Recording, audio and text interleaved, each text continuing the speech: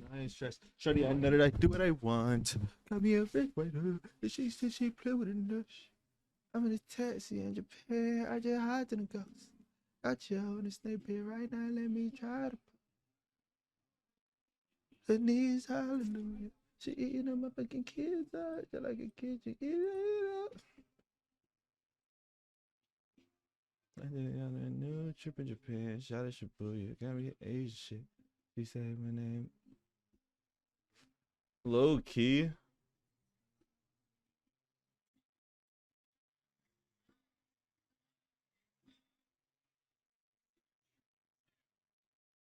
I can't do that. I can't. I frame on my body. I did the fuck hands. I heard you was a lame. That bitch trying to fuck in a gang.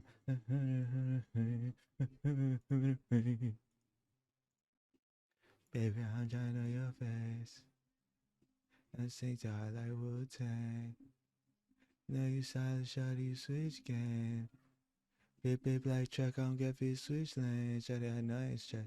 Shawty, I know that I do it on. Got me a rich right here. And she said she playing with her nose. Got me a taxi in Japan. I just hopped in the ghost.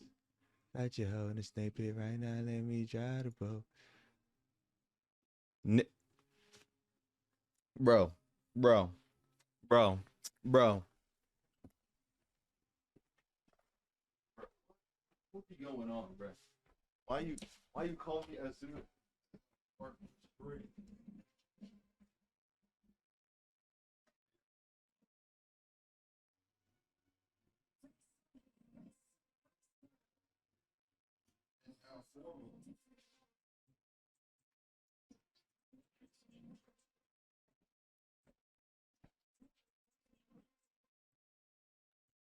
Saying khakis and a button up.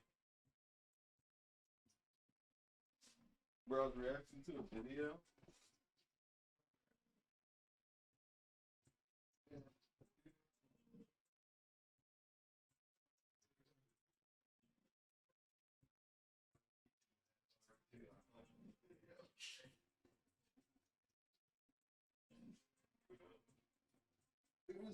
It was about why they put cheese pizza.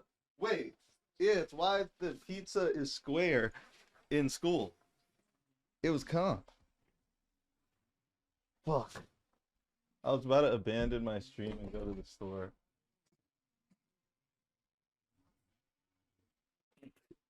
I put it on intermission and everything. I was about to be gone.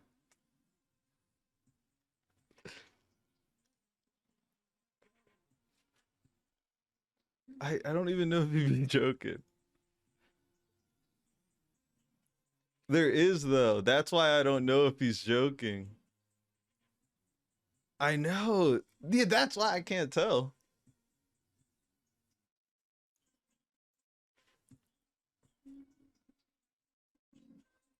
A rogue rook or a road rook?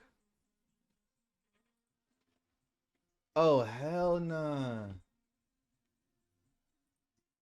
Rooks are hella like wishy-washy.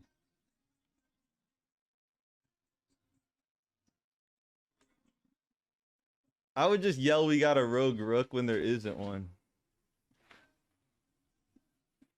And, fuck.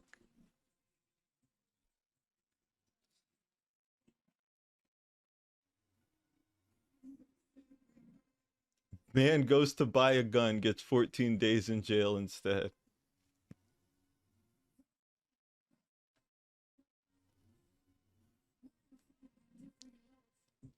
Bro, why don't we just eat like pellets like dogs?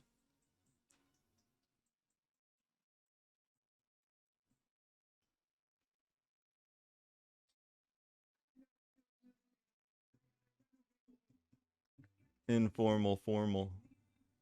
Ah, shit.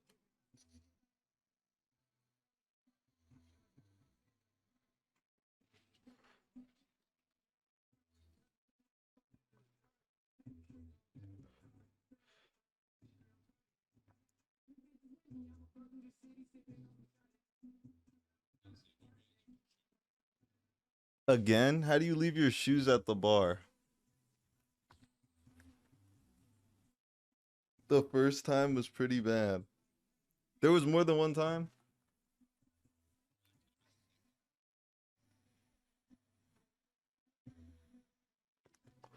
This girl dropped a video called "They Took My Door, So I Made a Channel."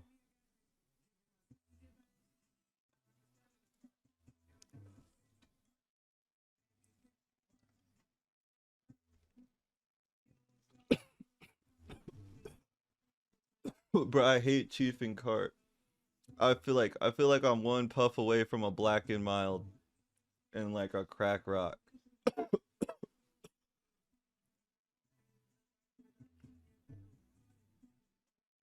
Or puff is crazy. Blinker away.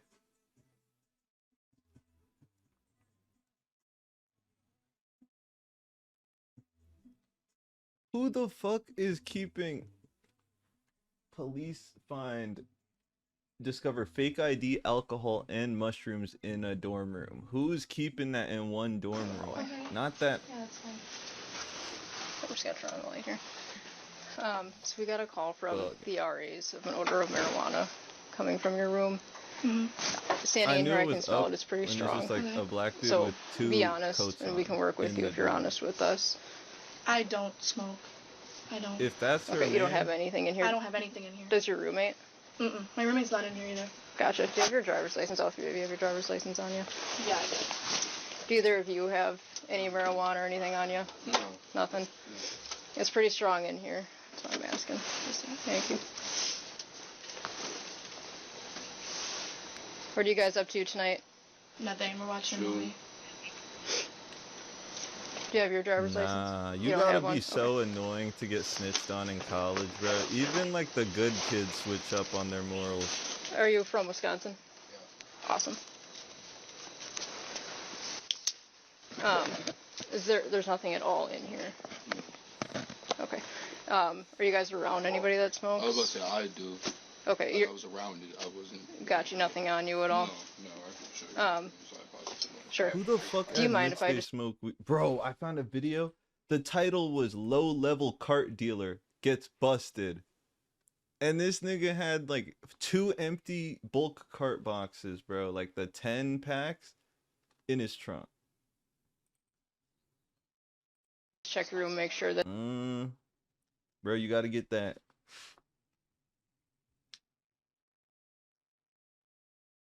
I mean, if the blue matched the fit, the rolling. Oh, the other one. Yeah. Def black. There is nothing in here, so I can let the RAs know that there's nothing here. Okay. Bro, do you know Tota by name? Where is he from? The Brazilian dude from Kai Cenat stream. He sold the rollie that Kai gave him because he was gonna get robbed. And then they were like, "You can't sell gifts." He was like, "What?" They should have told him that though. He wouldn't have sold it.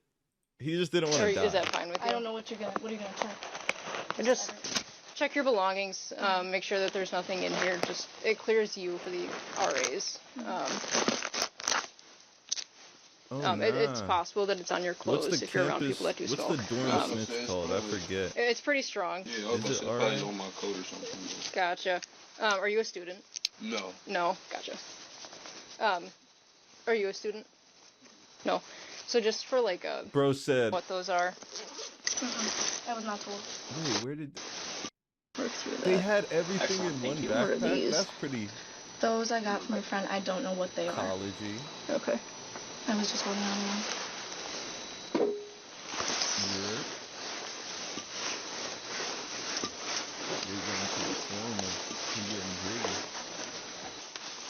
So you don't know what those are? I was not told. You just have them in your room? Gave them to you. Friend from home.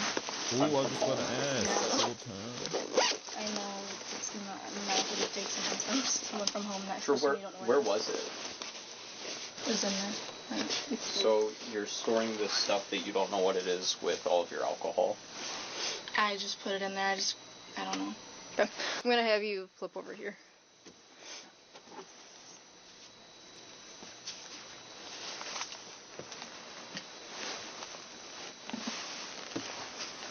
Where are you from? Okay. Gotcha. So why would you have something with friends here? Bro, who has a weed drawer in their dorm? Oh, you So I'm getting your gonna hair ask you again. done. I want you to be completely honest with me. Okay. Or So you know what I meant. you see what I just found. No, I still So said it be wrong. completely honest, because you haven't been honest with me so far. I asked for any alcohol, asked for any drugs, and you have not been honest with me so far. I could issue a ticket just that alone. Yes, I know. So be honest with me. What else am I gonna find? That's it. This is it? There, and that was all I know. Same, I can't cap.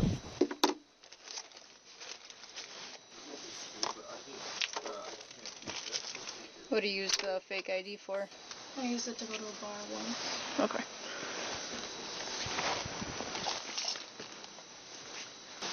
So I'm gonna ask you again. Complete honesty. I do not believe this is your friends. They were my friends. They gave them to me.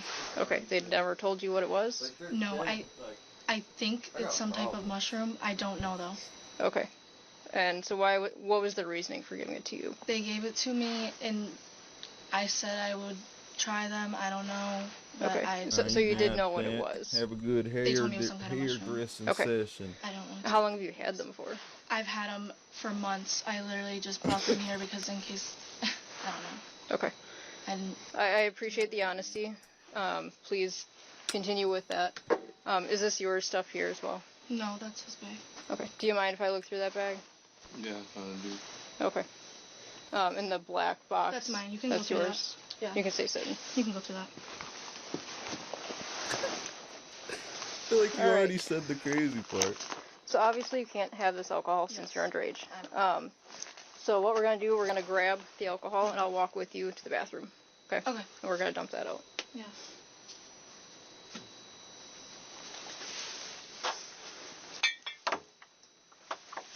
These two.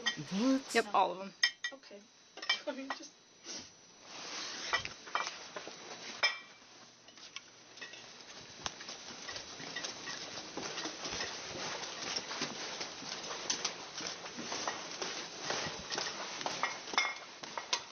That's slightly questionable. Not like from a moral point, from like a political point. Or like a world, like a macroeconomic standpoint, that's questionable. That's kind of scary.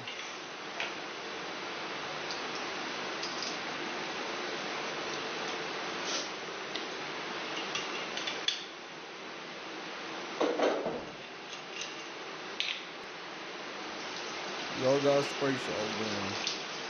Bruce.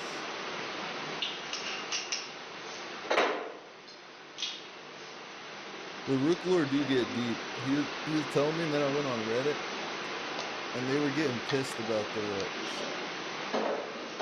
Yo, this girl's face while she pours out this alcohol. If she's not getting arrested, why is her face on camera? Oh, she's getting arrested. She cooked.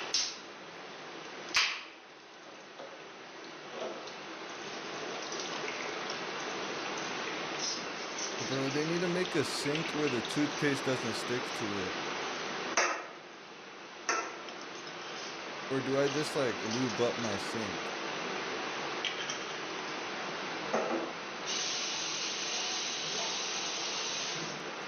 This girl just washed her hands after pouring out the alcohol. And then grabbed the bottles.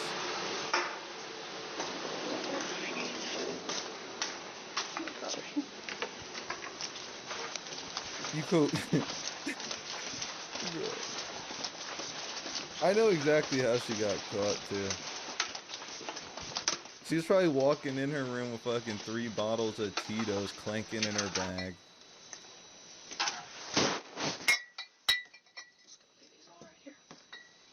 Alright, so I'm gonna have you turn around. Face away from me. You are under arrest for having those mushrooms at psilocybin. True. I mean, that's not. I mean, no, that's the most too tight for you. of your problem. That's the biggest stick in the group.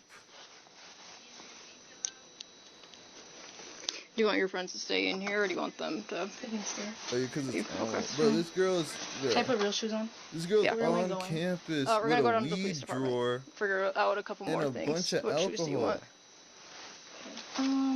Those brown ones are fine. No, you can have a weed drawer, bro. Is it Nasir? She's so stupid. Got it. If she put the stuff do you want a in jacket her or anything? shoes, Do you they need your wouldn't wallet, have. phone? Never mind. Never phone. mind. You But have they your didn't phone? look at her shoes. You need a wallet, keys? They didn't look at her shoes. Yo, they took her geek. So I have my UW, my health Nah, card, her priorities and are then my fucked license up. and my keys are in there. That's fine. You're probably gonna want that. She said, "Bring My my keys. geek So and you my get back in here. keys." They're probably gonna. Are they behind the door? Yeah, they're right behind the door on that. Look to the wall on the. Right in front of you. Up the cloud. She's smiling. Oh, She's got laughing it. because the cop can't find what she's describing. Cool. Got it. Yep, she said, "Grab the geek and my keys." Nothing else that you want? No. Okay. Yo. Alright. Alright. So this is pretty What the fuck simple. is she gonna do with that geek? So we're gonna use this. You're pretty much gonna put I your have hands no up there, geek and in we're gonna jail? follow along with the I'm computer. quitting if I go to jail. Alright, so this will just be the top half of your hand. Kind of keep it between the box there. No, you don't got the geek inside. You get it with your phone. It'll be the same thing other side. Couple little more. But you can't. No, you could like have someone Perfect. visit And you then and hit left the thumb, geek just bar, put your but thumb you right can't. there. Perfect. can't, And like, right thumb, have same it. thing. Even in like jail. Like, And then for holding this, you're cell. gonna roll your thumb. So you're gonna put it up there. I mean, I wouldn't know from experience. So maybe it's county to county. But imagine a bunch of do you niggas want just to vaping, call passing anybody to around get a the geek. ride, or are you just gonna walk back? Bro, to imagine your if someone asks dorm? you for a hit of the geek bar in a jail Unfortunately, cell. Bro. I Are you gonna say can't. no?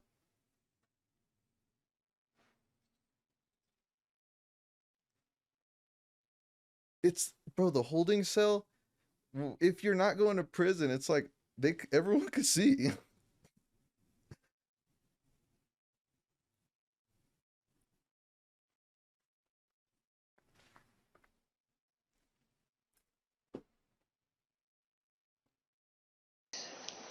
With the car that I have, I can't give a ride. Yeah, that's fine. I can just walk. Okay. Friends of course. Gotcha. The car. Luckily, it's not completely on the other side of campus. Yeah. Alright. So I got a couple citations here for you. Nah, she got caught by the campus police. So this first one is for the possession of that alcohol since you're under 21. As a court date of January 7th at 1 a.m. It's a non-mandatory court appearance as long as you take care of it before that date. There's instructions at the bottom how to do that. Okay. It is $263.50. Any questions with this one? Where's the date that it's due by or whatever? The court date up here in the corner. Court And date. that will, The yep, in the court, if you wanted to go to that court date, would be at Why the did he Jefferson say that? County Courthouse that's up in Jefferson. And all three of these will have the same court date. Okay. Keep it simple. So same court date, non-mandatory court appearance, January 7th at 11 a.m. That one is $389.50. This is for the possession of marijuana. Same thing, instructions down here how to handle that. Any questions with this one? This one is for the fake ID card violations. This one's most expensive at $5.15.50. Same court date, instructions at the bottom how to handle that. Any questions with this one? She's cool. And then who is Cat's brother? Is this for speeding? Yeah, just a walk. Like I said. Chat, can I go to the store real quick? I'll bring you guys with me. But I can't have the camera on. In the car.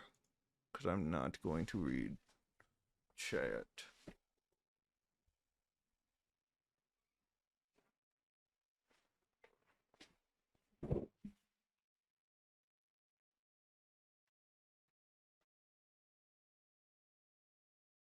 What am I supposed to do?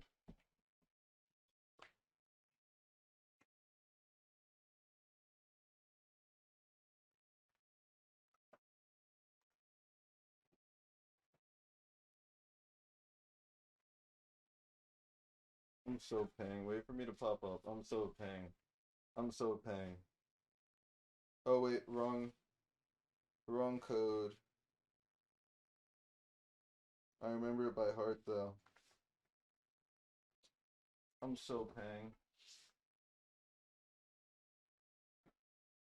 So paying. I am so paying. Okay. Should I bring my other phone? That's the question that dude from the body cam yesterday should have asked himself. Um, fuck. You can't split tabs on fucking iOS. I need an Android.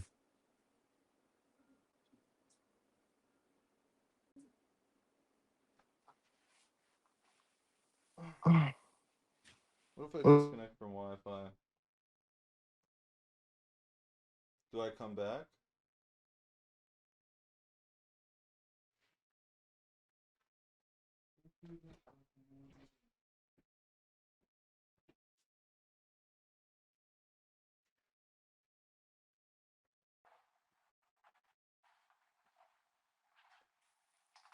I'm gonna leave the mic on in case my house gets robbed. It'll be a good clip. Actually, don't try nothing.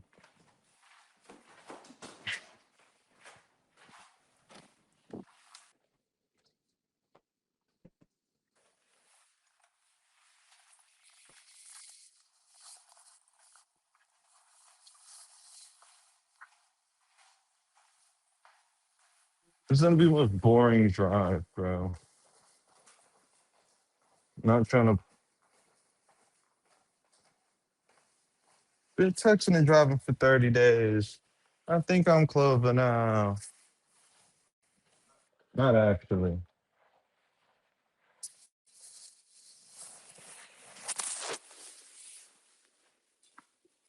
I meant Rakai. Clover boys don't do that. No, they won't do that.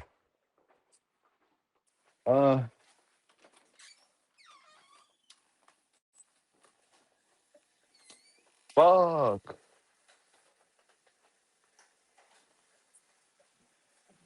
No music in the V.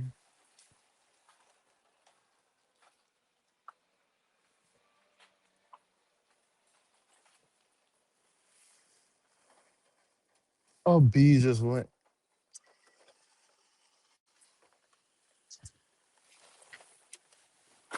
Oh, is that a.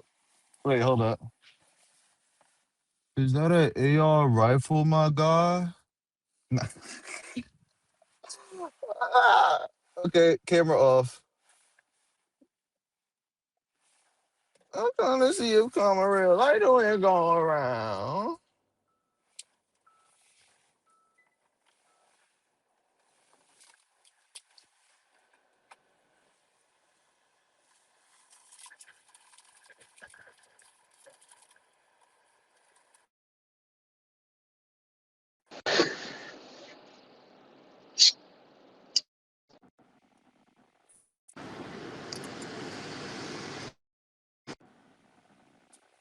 Ain't washed my ass for 30 days. I think give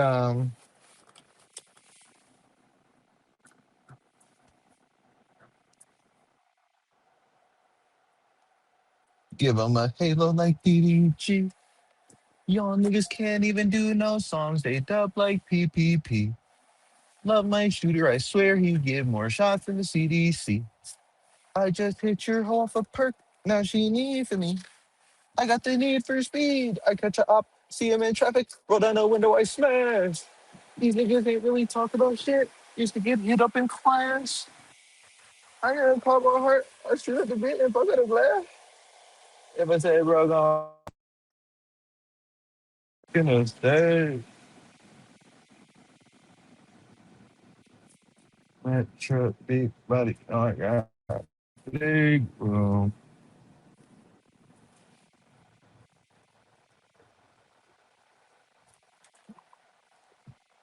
Very memorable trees over top of me right now.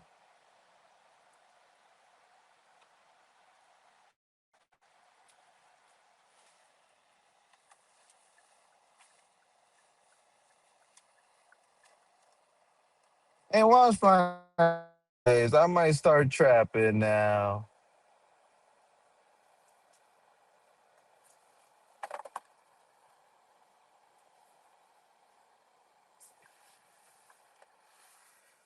I don't know where to put my phone,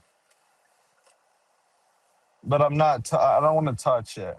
I don't want to touch it. I don't want to touch it. I don't want to touch it. Fuck. I just realized I can't read chat on stream because I can't even open chat right now. That's why I need a Tesla, bro. I'm seeing the vision, bro. Tesla peak. Peak. Niggas twerking, bro. Peak. I think I have a flat tire, bro. I'm trying to see if karma real. Like, do it go around?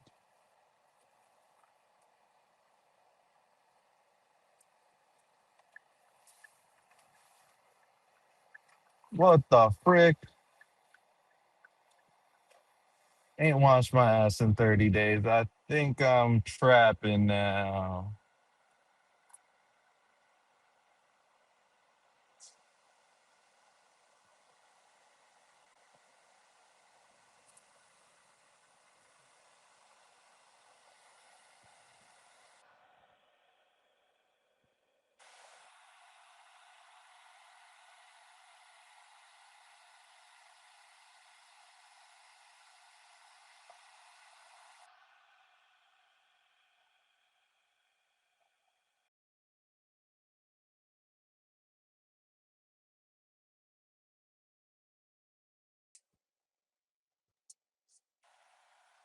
I love my bro.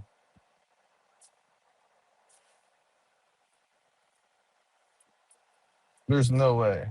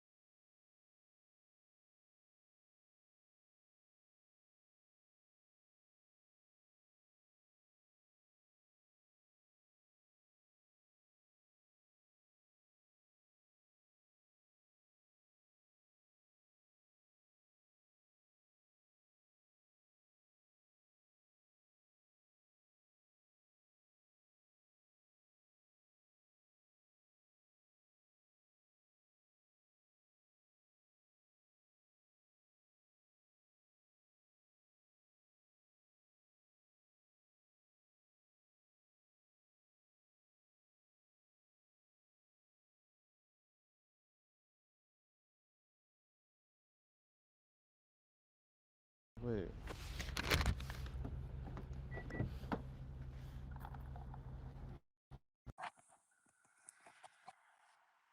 Check me like 5 minutes. 5 minutes.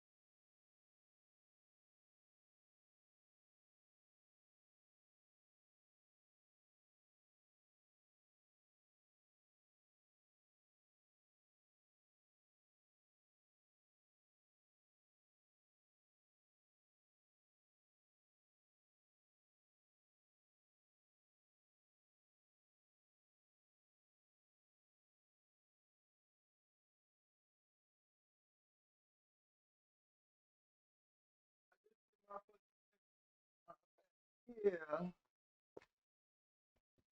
Sorry I left chat. Sorry. I'm back. I'm back, guys. I'm back. I just did my fucking edges. I'm bad. Yeah. Fuck a rich nigga. Bad bitch shit.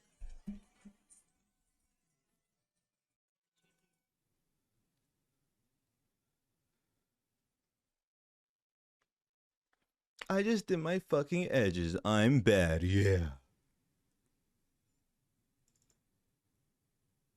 The ARP do it, I smell it. The ARP do it, I smell it.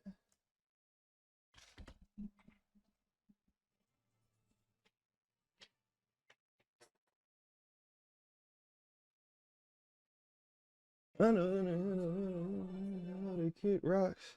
I'm gonna keep on thumbing through the menu till my hands stop. I'm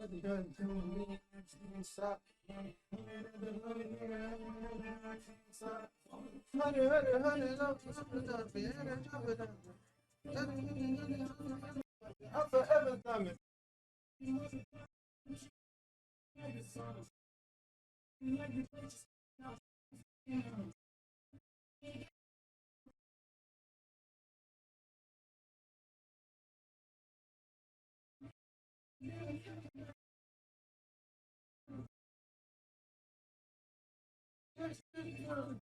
Give me some bitches.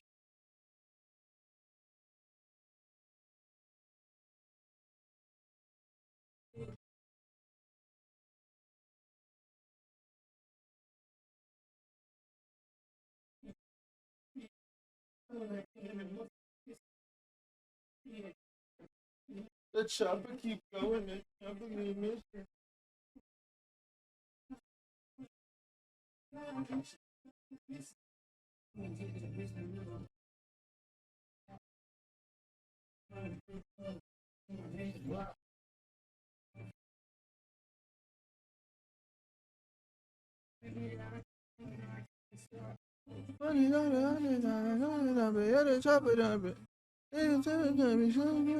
I'm forever thumbing.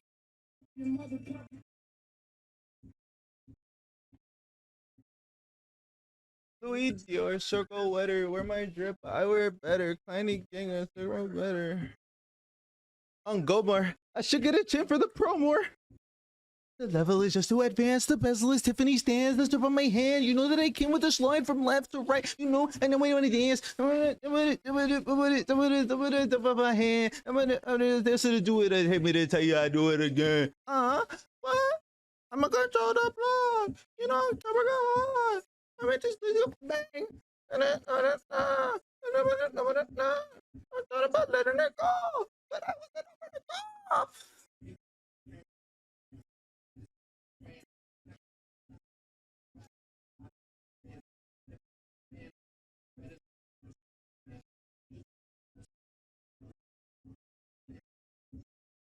My name leaks. I'm don't make me.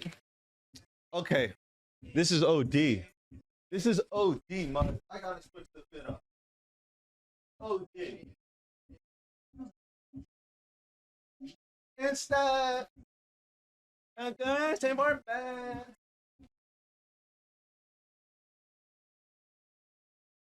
I'm climbing up the ladder. Wanna fuck out of anger? Remember the day that was so hard. I'm so in the backyard. Remember the days in the courtyard. My fault. Who said that? Who the hell said that, bro? Oh, this low key. This don't even look crazy. I'm just fat. Hold on.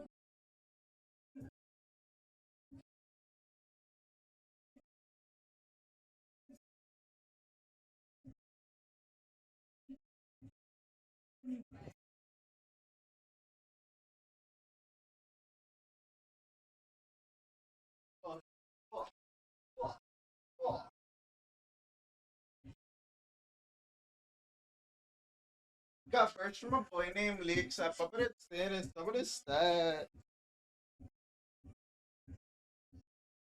The whip is over the top. I thought about letting her go, but I wasn't over the top. If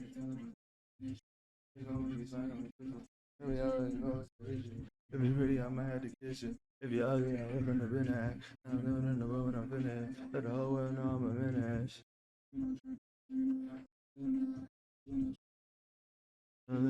Most of my bitches know just how to act. Oh shit.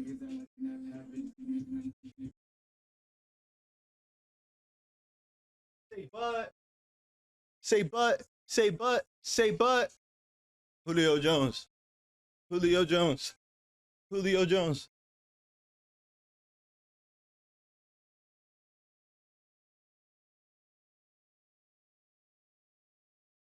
I was a bad kid. My mom, she leave me home alone.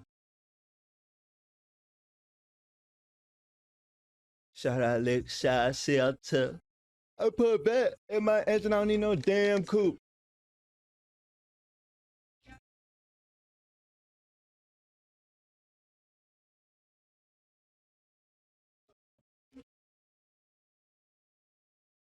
Suck me a motherfucking kilo. Suck me a motherfucking kilo.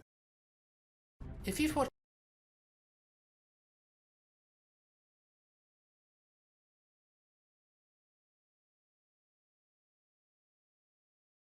But that bitch ass nigga keep talking to me, bruh. He always sneak this at me, bruh.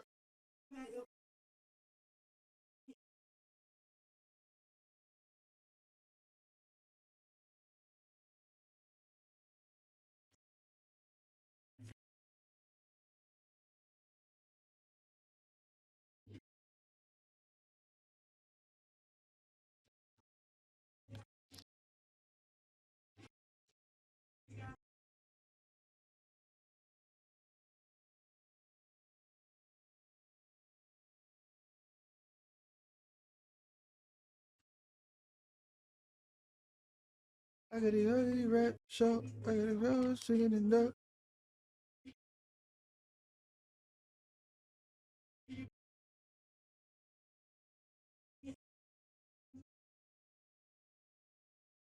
Preem forces. I got preem shit. Bad bit. Sup, mean bit.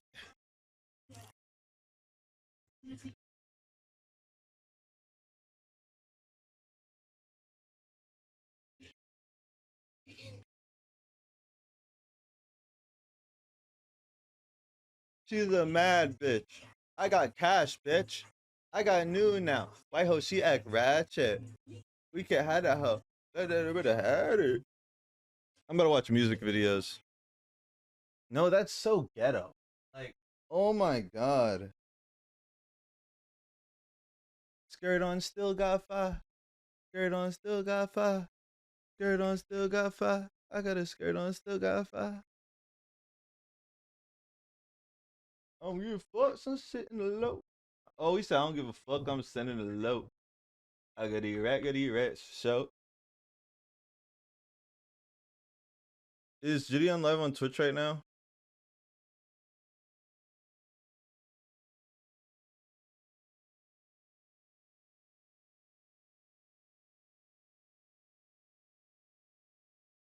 King. Oh, my fault. That was crazy. Oh, he is. I didn't know my brother multi-streamed. What a brother. Brother of the Year award goes to me. Okay then. Okay then.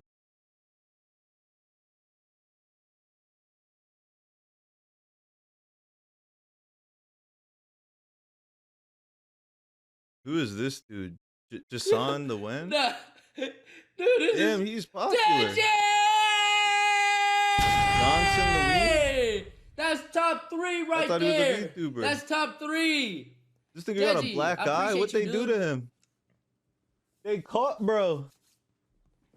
Appreciate you, dude. What the fuck did I just see? Top 3, bro. Why did I look again? Verse, bro, in a span of 3 days, YBG. Now let's see what it's about, bro. She got a dog. What? Never mind. Coro, Hamlet minus Kia DC. Solo, how y'all doing? Queen Tony coming through with the follow. Thank you, thank you. Migo. And more importantly, W. he's also the one that has been working this David case day in, day out. W.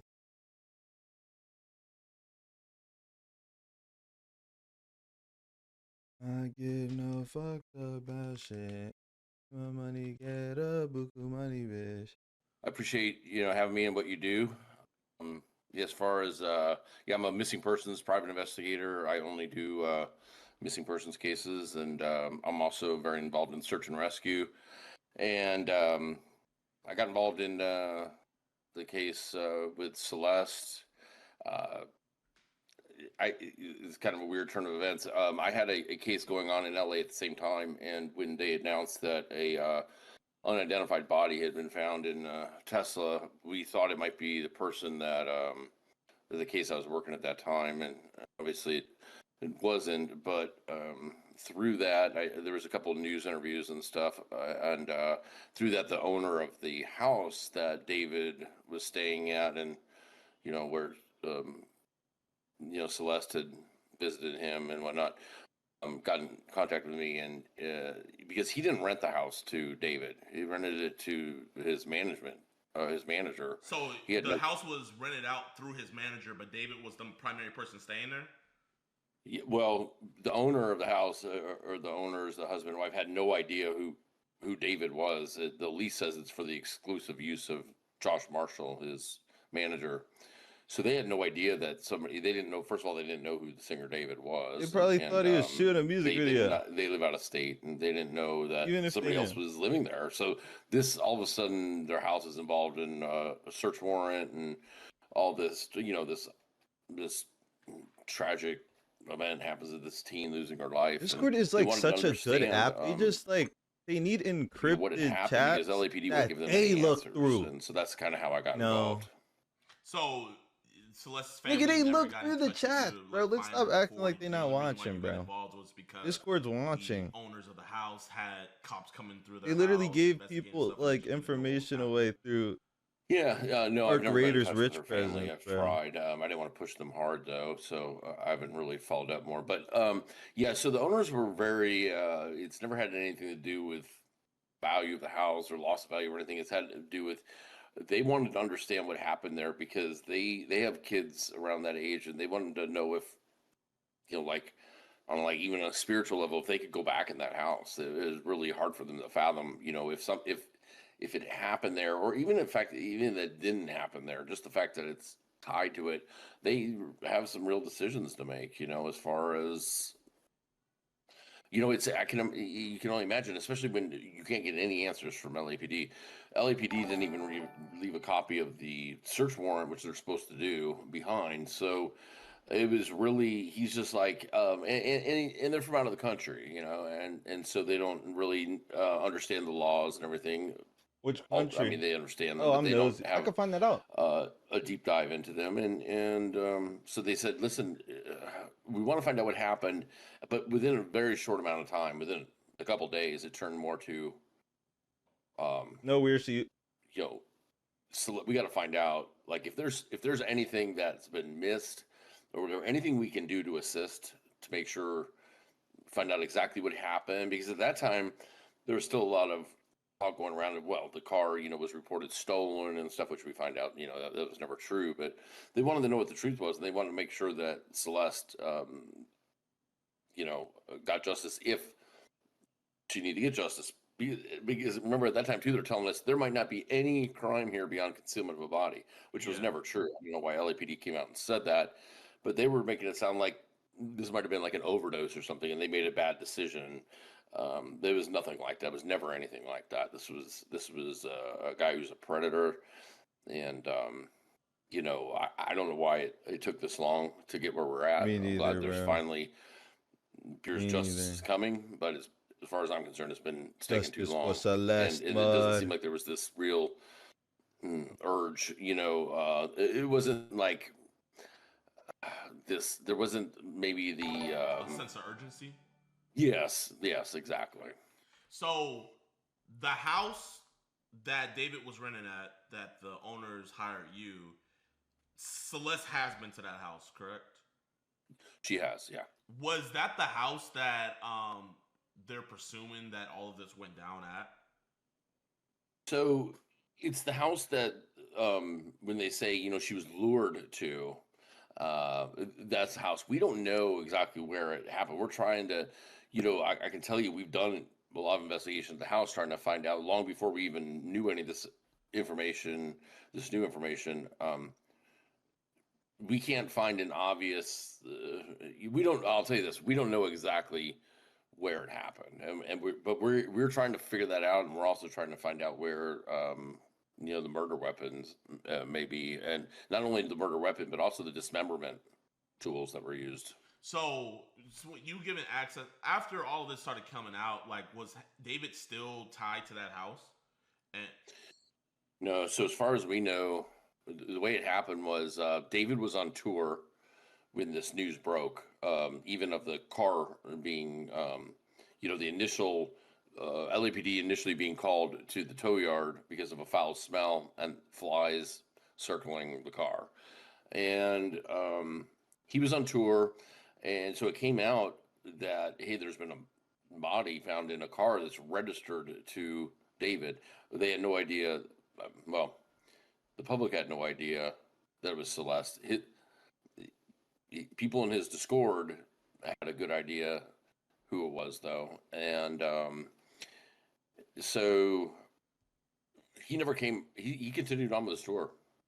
And it wasn't until they identified her as Celeste, who was a documented missing person out of Lake Elsinore, which is like 80 miles away from LA, that they finally called the tour off. But he just kept plugging away. He never made a comment about it.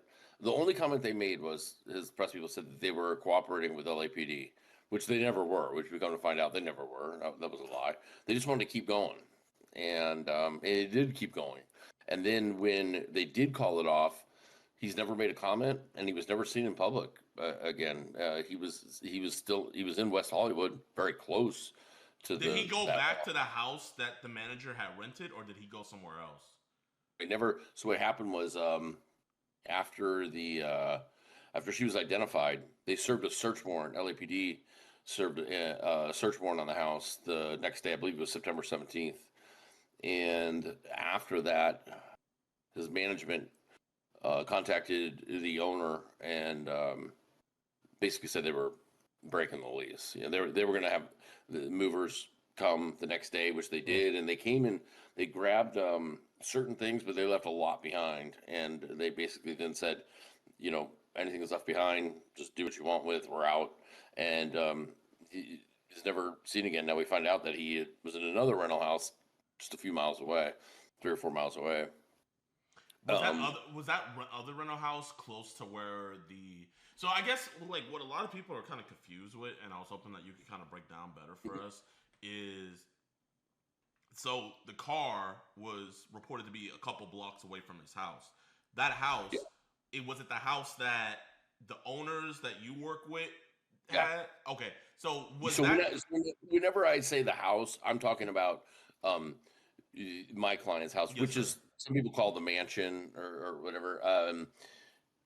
But it's the only house that we were aware of at the time that he was living in. Now there is a house before the lease started, which he did that famous live stream from, the delete everything. When it's Celeste in that one. That was actually filmed. So was that Celeste? So a lot of people say that was the other Celeste in that. So that live stream, that was Celeste in that live stream where the one where she talks about R-ing kids, and he says delete everything. That's Celeste. Do you know when that stream had happened? Yeah, that was gosh, if I remember right, that was like January of 24. That was right before she ran away the first time. Okay. Might have the date off by a little bit. So that's, and then right after that is when she starts running away. She has these series of runaway events, and but it was no secret that she was with him. In fact, somebody close to the situation, her family, the school where she was going, His wrote chat is terrible, his management company and said by email and said, there's something, paraphrasing it, there's a rumor that David might be involved in the disappearance of 13-year-old Celeste Rivas Hernandez. If that's true, please make sure she gets home quickly. And she got home. She arrived the next day, and that email was received by his management company, and they did send it to him. I have proof of that, and he was aware of it. So then she arrives back home, but then she runs away again. And so listen, he was grooming her. He's a predator. This is not the only girl that he was involved with. That was underage. When Celeste ran away on Valentine's Day, and she showed up in the area. Oh, this is the exact same day that they're actually taking possession of the new house that they rented, my client's house. Yes, sir. Of course, my client doesn't. My client thinks it's Josh Marshall, his manager, but they take possession of it. So on that day, it's insane what David Celeste runs away that day, and she's at because the old house. Literally, oh my bad, bro. Thank you for the follow. I'm bugging. Bro, at the new house. What time is it? A mile and a half away. Bro, David and I've got pictures. Is a psychopath. That can be. Well, that's obvious. What was I gonna say? This dude's a maniac. How old was this other minor that David was song? She was 16 and 17. She was 16. This was going on for a while. I believe it goes back to when she was 16, 17 for sure. But he knew, she was underage, and listen, it's kind of the same MO. It's kind of the I'm laughing at the chat, bro. Preying on those that dude, like his client, the client in this context out of their environment is, and there's others. There's another one homeowner. Too. So I mean, and I guarantee that there's I mean, I can't guarantee, but no, I mean any predator.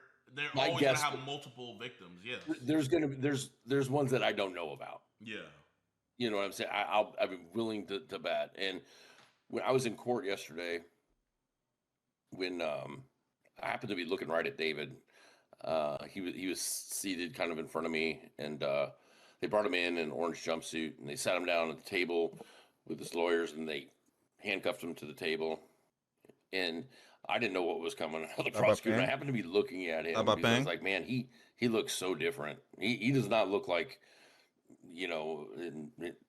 David, the artist. He looks, he just doesn't look the same. And so I was looking at him, and then they were talking about when discovery, which is all the evidence and stuff, is going to be delivered to his lawyers, and and the prosecutor comes out, and I don't know. I don't want to get you dinged off. No. It's literally say like you can say that. Okay. We catch child predators on this channel, so you could be straight up as possible. So as far as she comes out and says, Your Honor, one of the biggest issues is that there on his phone there was a voluminous amount of child porn, and like the proper word now is CSAM, right? And but she went child porn, and then she goes.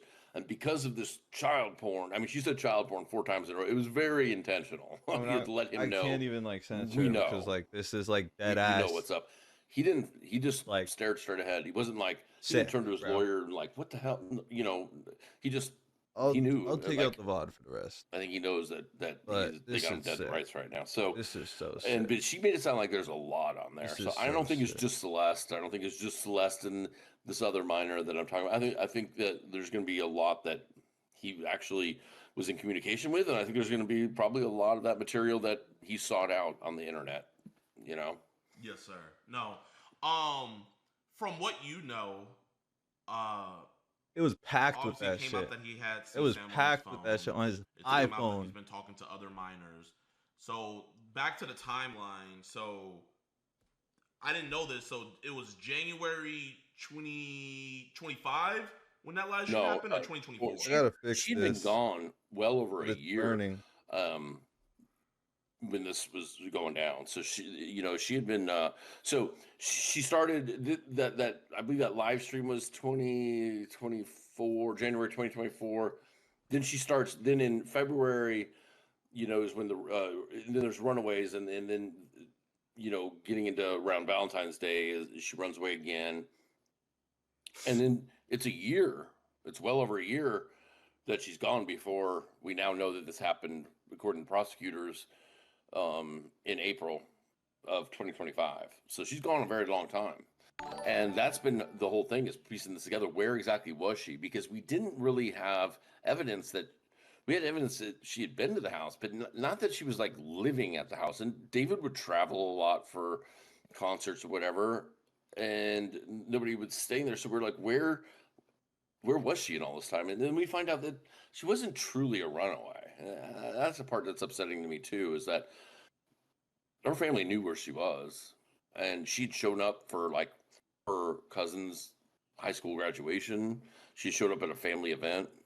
There's a video out there of her arguing with the next door neighbors in the apartment complex next to her house, all while she's supposedly a missing person. And so it's all very frustrating. There's a lot of things, a lot of failures around her. And I understand, listen, she's probably a handful. I get that. But the thing is, she's a kid. And that's part of being a parent, and family and a support system. And, I think she needed direction, she needed like a direction in life. And it's not okay. They knew who he was. And it's just, I don't care how rich he is. I don't care how famous he's becoming. I don't care. He's living in a mansion and he can afford to support her. It's not okay. She's 13, 14 years old at this time. It's never okay, so it's, I think people in these prominent positions sometimes get these free passes, and it's just not right. So, in your personal opinion, because what I found interesting about this case is you would think a lot of people close to him would be coming out saying things like, hey, this was weird and stuff like that. But you really haven't been seeing that. The prosecutors are saying that they've gotten people to corroborate. They said they have some people that are more difficult. Do you personally think, or do you know, like, actually, that people knew her age and just didn't say anything about it? 100%. Listen, in that Discord of his, there's people that openly talk about it. They're like, hey, are you still going out with the underage girl? Are you still there talking about Epstein Island? Are you and Celeste going to Epstein Island? Like, it's crazy how open it was. Not a secret, and the people close to him in his orbit, listen, they knew. There's live streams where, not just the one with Celeste, but there's one. She was so damn young, and people are like, she was on drugs. He met her when she was 12, bro. How was she gonna have the chance to not be on drugs? Behind him, and he's laughing about the age of these girls, and he's gooning, and it's just, it's really frustrating because did this nigga just say gooning? They have not, they didn't race forward with information. They waited to the last minute to save their selves. All of a sudden, we find out when his friend Neo has to be arrested to be brought in. Did this nigga just say gooning?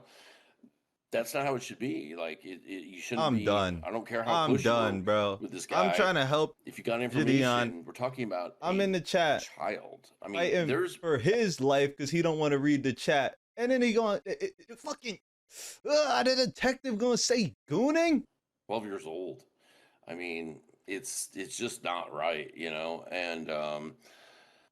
I don't know what's going to take to stop all this. I just see it in so many cases. I only do missing persons, and so many out of the CPS system, and people that they're not, they're forgotten about. You know what I mean? Law enforcement's not pursuing these cases.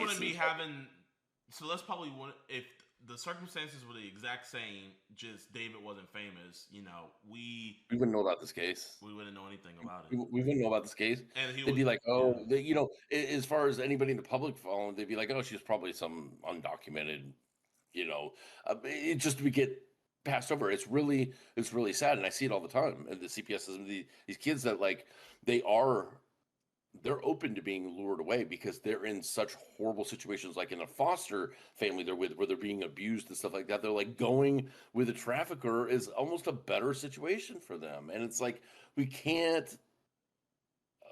This can't be the system. And then when something like this happens, if there's not a David was celebrity and gooning not to a two wealthy young person girls on the other side of it, where everybody wants to watch the trial, they're just like, you don't even know these are going on, and these is are that going on. better than masturbate? That's not a better word. This is formal. They just don't have a David. Oh my god. Oh When my it's god. two unknown people, they're just like, well, shit, they kind of brought it on themselves. Which you can't have it both ways. You can't say, hey, they're not old enough to consent, and then say, well, they kind of, they did it more than once, so they kind of. I'm so sick of that excuse. I mean, I've got cases, like the pin. There's a case on my Twitter. It's the pin story, and this case is really important to me because this 14-year-old girl had these, she was a runaway. She because she had some issues going on, right? And some dude in the chat. Let me pull it up. Helping her through those, and said she was just running away, and then these guys were filming her, making her film stuff, and they were selling it on Instagram. Was David we got a mountain of this stuff, and we met with the FBI, and the FBI agents sat down with us, and for days we would go to the FBI office every day, and we'd go through it, and they were like, we're going to get these guys, and then we presented to the DA, and they're just like, oh, she did it more than a couple times. So we're like, okay, but she's 13, just turned 14. These guys are 26. Yeah, but she did seem like she was willing.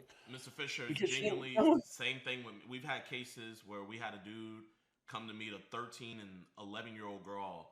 He said that he was gonna put it in the 13-year-old girls, in the 11-year-olds behind. Admitted to everything to the cops. He got arrested. He went to he got arrested that day. Charged. Someone just said he's on the Mount Rushmore with and we had to R. Kelly, and it's Diddy, like, and Ep. And kind of like when I saw that the LAPD arrested him to force the district attorney to finally officially press charges, it's like I understood why they did that, because I deal with DAs all the time, and it's like, even sometimes when it's given to them on a silver platter and you have the silverware and everything, they're gonna be like, we can't take it unless we get a beverage with it. This nigga, and it's bro, it's absolutely disgusting. One thing I do want to ask, so you posted something I think that is great on your feed where you showed a timeline that you believe what happened, because the prosecutors said, correct me if I'm mistaken, they believe that the murder happened April 23rd, 2025, right? Yep. Correct. So if you can tell me and my audience, can you explain to us why you think they think that was the day she was murdered, and can you explain the timeline of from that day until September 8th when her body was found? Like, do you think that he left her in the Tesla the whole time? Do you think her body was stored somewhere else and he just kept on moving the car? Why do you think he didn't try to dispose of the body? If you can, could you give us that whole timeline and everything? Because I think that was like the best thing anyone's ever put out, where it's like something we could visually see. Yeah, and a lot of this I'm just never going to understand, right? Even like what was going on in his mind. But April 23rd is the day, and the prosecutors, there's two dates that they put out there. April 23rd, they believe, is the day she was lured to the house, and then some point shortly after killed with a sharp object, they're saying. And then May 8th, May 5th, I think it's either the 5th, or they have to look at the timeline, to be honest with you, is when they're saying she was goal. So I see his chat. You got this gap in time where why is this dude just store her? ChatGPT me? Because you're going on a week and a half, and that's the point of building that timeline. The timeline only focuses on this time period between the April 23rd and and May, when he dismembers her. And what we're trying to do is just find out what his movement was, for one, in that time period, and also kind of what his mental state, at least public facing, was. And we've started to compile. Then we learned, well, April 23rd is when they announced Wither Tour is happening. He had just gotten done with Coachella a couple days earlier. He's at Coachella, and then they announced the Wither Tour or the Withered album is dropping. And so on the 24th, they have so we're talking just hours after he would have killed her, they have a album release party here in LA. On the 25th, he heads out to New York for a 3-day Bro, I heard all this in New York City. And then he goes from that, he goes to Houston, to his hometown in Houston. Wait, he's from Houston? He's from Houston, yeah. Wow, I'm from Houston. I'm here, right? I didn't even know that. Wow. Yeah, no, he's from a town, and it'll come to me in a minute. Just outside of Houston. So he comes to flies to Houston. Sugarland, Pearland. I'll have to look no, it it's up. Okay. Yeah, you don't have to worry. Yeah, I'll find if you just Google, David, hometown Houston, it'll say, because he owns a couple houses there actually, and his family lives there.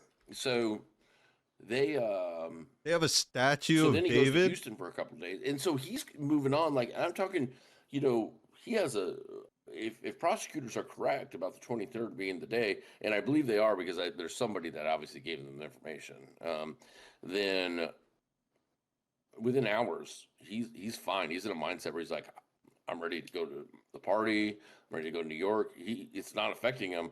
Now we do see it's kind of like this, almost like an adrenaline rush. There's all these posts, and he's playing these shows and these pop-ups, but then there's like this crash. He goes somewhat a lot more silent, after the dismemberment. And he goes to Seoul, Korea for pop-up, and he's in Malaysia. It's really wild to see that. So yeah, so to get back to your point, so there's the murder and the dismemberment, and that. So our big questions are: where did he murder her? Where did he then store her for those 10 days or so until he dismembered her? 10 days or more, until he dismembered her. And then why does she end up in the Tesla? And why does she stay in the Tesla in his neighborhood? So when I started interviewing with, before we knew all these data points, I was interviewing obviously neighbors, asking for video surveillance and whatnot, and the people right across the street, directly across the street, and this is a neighborhood with very large houses and big yards and security systems and everything like that. And I was over at the house directly across the street, which is owned by a producer, and I was dealing with his estate manager, and she said, one of the dogs, so the property, it's a big property, and their fence line butts up to the road and then the house David was saying is, they right there. So David would often mostly park the Tesla on their property line, off to the side of the road. So it butted up to their yard. And she said, we started getting this horrible smell. And we had, one of the dogs had died, and they had buried the dog in the backyard, and it was like a husky, it was a larger dog. And she's like, anytime it would get over to be like 75, 76, 77 degrees, the backyard would smell horrible. She's like, so we thought we didn't bury the dog deep enough. So they were getting ready to unearth this dog and bury it deeper. And then all this happened, and the Tesla went away, and then everything was fine. But, so that when dog when the Tesla got moved, did that smell go away, and was the dog still buried? Yes, and they're not thinking like, oh, the Tesla just went away and now it doesn't smell. They don't know, they're like, why it comes and goes. And it's not until after they find out, oh, there's a body in the trunk of the Tesla. It's like, oh my God, the Tesla was, and they have it on surveillance, of the Tesla coming and going. So at times, so it's like and so if they smell it, then he really can smell it, especially at the house, because it's like a multi-story house, and there's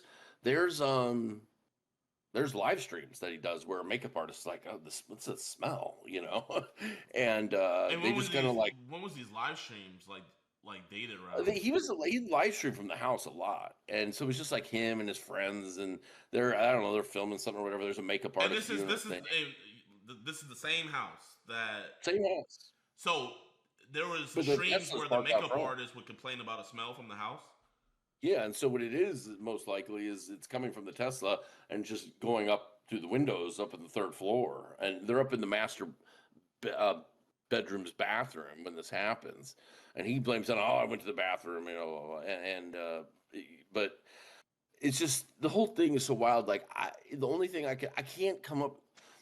If you dismember somebody, I know you never have. I'm just saying, but if somebody dismembers somebody, you think they'd go ahead and just get rid of them, right? Like if they didn't do it at the house, if they did it somewhere, and I think they did do it somewhere else, I think he had to have refrigerated her. When somewhere. you said they, so do you think David had help? I think he had help. I don't think he can do it by himself. I'm not saying in the murder itself, but I do think in the dismemberment or at least the moving around, I think he had help. Yeah. So, and I think people are going to fall for that. I think there's going to be other people that go down, but I don't know why he didn't just get rid of the body, and that'll always be. I don't think he'll ever say why he did it, and I don't think it'll ever come to that.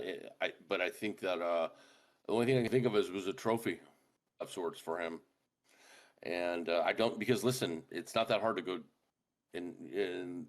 You know, you can drive 5 miles from that house and you'd be on Pacific Coast Highway and just let that Tesla go off into the ocean, off a cliff, or have somebody steal it and get rid of it, whatever. Have it gone forever. He kept it in the neighborhood. He was moving it around, starting in May when he dismembered her. People had reported to us that they noticed that it started being parked in different locations starting in May. He's keeping it close by, and then he goes on tour and just leaves it there. Like, I don't know what he was thinking. Like, there's got to be some sort of trophy thing because there's plenty of opportunities to get rid of that car. So, with it being a Tesla, like, what I'm thinking they can do is they could probably. I don't know if you know this information, but was the Tesla dead when it got towed to the tow yard? Yeah, so I don't know for certain. I think it was, though, and it appeared that Sentry mode was probably turned off because it doesn't appear that they got any meaningful data from the car itself as far as the cameras or anything like that, because otherwise it would have been an immediate arrest. I do think because of the length of time, the car was most likely probably bricked, but I can't say for sure. I don't think that there was a key with it. I think they had to force entry, and I don't know. It was going up for auction. He had never picked it up. LAPD processed it. They only kept it 2 days. They put it back in the impound yard, and I was watching it, and it was racking up daily fees, and then it had gotten to be like 3 months, and they finally put it up for auction, and it was supposed to go to auction like 8:30 in the morning, and a month or two, about 6 weeks ago or something, and I was going to go inspect it because they have an open inspection, and then at like 10 o'clock at night it switched where somebody had come and with a power of attorney signed by him and a cashier's check and paid to get it out, and then they went to DMV immediately and put it into somebody else's name. So wait, somebody from his team bought the car? I don't know I don't know if it's his team. It's obviously somebody he knows in some way, or his lawyers do, or his management does, because he gave him a signed power of attorney in order to get it out of the impound yard, paid for it, and then they took it. And then I ran across it about 2 weeks ago. I ran across it outside of a Tesla body shop in South LA, and it's sitting out there. It's been washed, but it's I don't know what's going on. That whole thing's so weird and creepy. I don't get it. Oh my gosh, man! Like I think that's what a lot of the people are like. Because I was talking to a dude yesterday where he thinks David was framed, and his whole thing was, how could David be that stupid to leave the body in the car when the car is to his name and everything? But it's like the dude, something Wayne, the clown killer, When he would kill people, he would put them right underneath his house. And or Jeffrey Dahmer, he would put people right in his fridge. And so it's just like when people kill people, you can't ration, because I hit him with that same logic. What rational man who's a multimillionaire can have almost any girl he wants of age would go after a little girl? And he couldn't answer that. It's like it's just not enough for them, I guess, in their sick, twisted, mindset. And listen, I'm not a conspiracy theorist. I'm very much an Occam's razor type of guy. I'm like the simplest explanation usually is the way these things go. But I'll tell you, it's hard to get around the fact that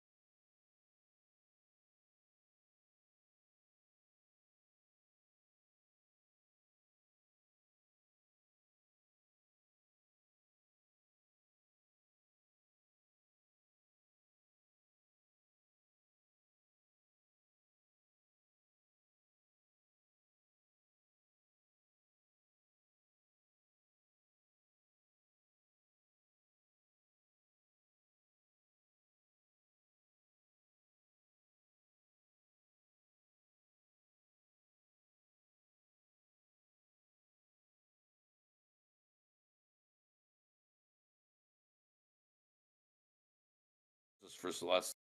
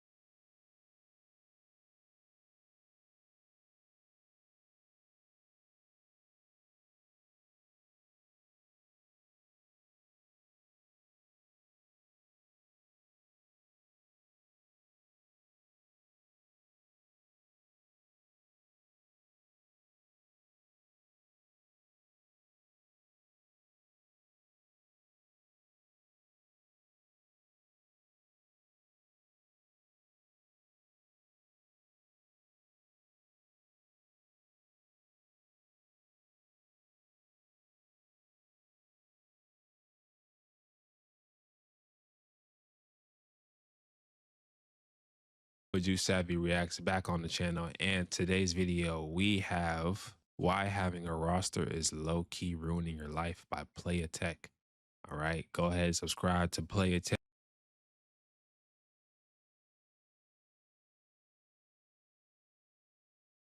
All right, bro, what is the real? What's up, YouTube? It's your boy Juice Savvy reacts back on the channel, and today's video we have why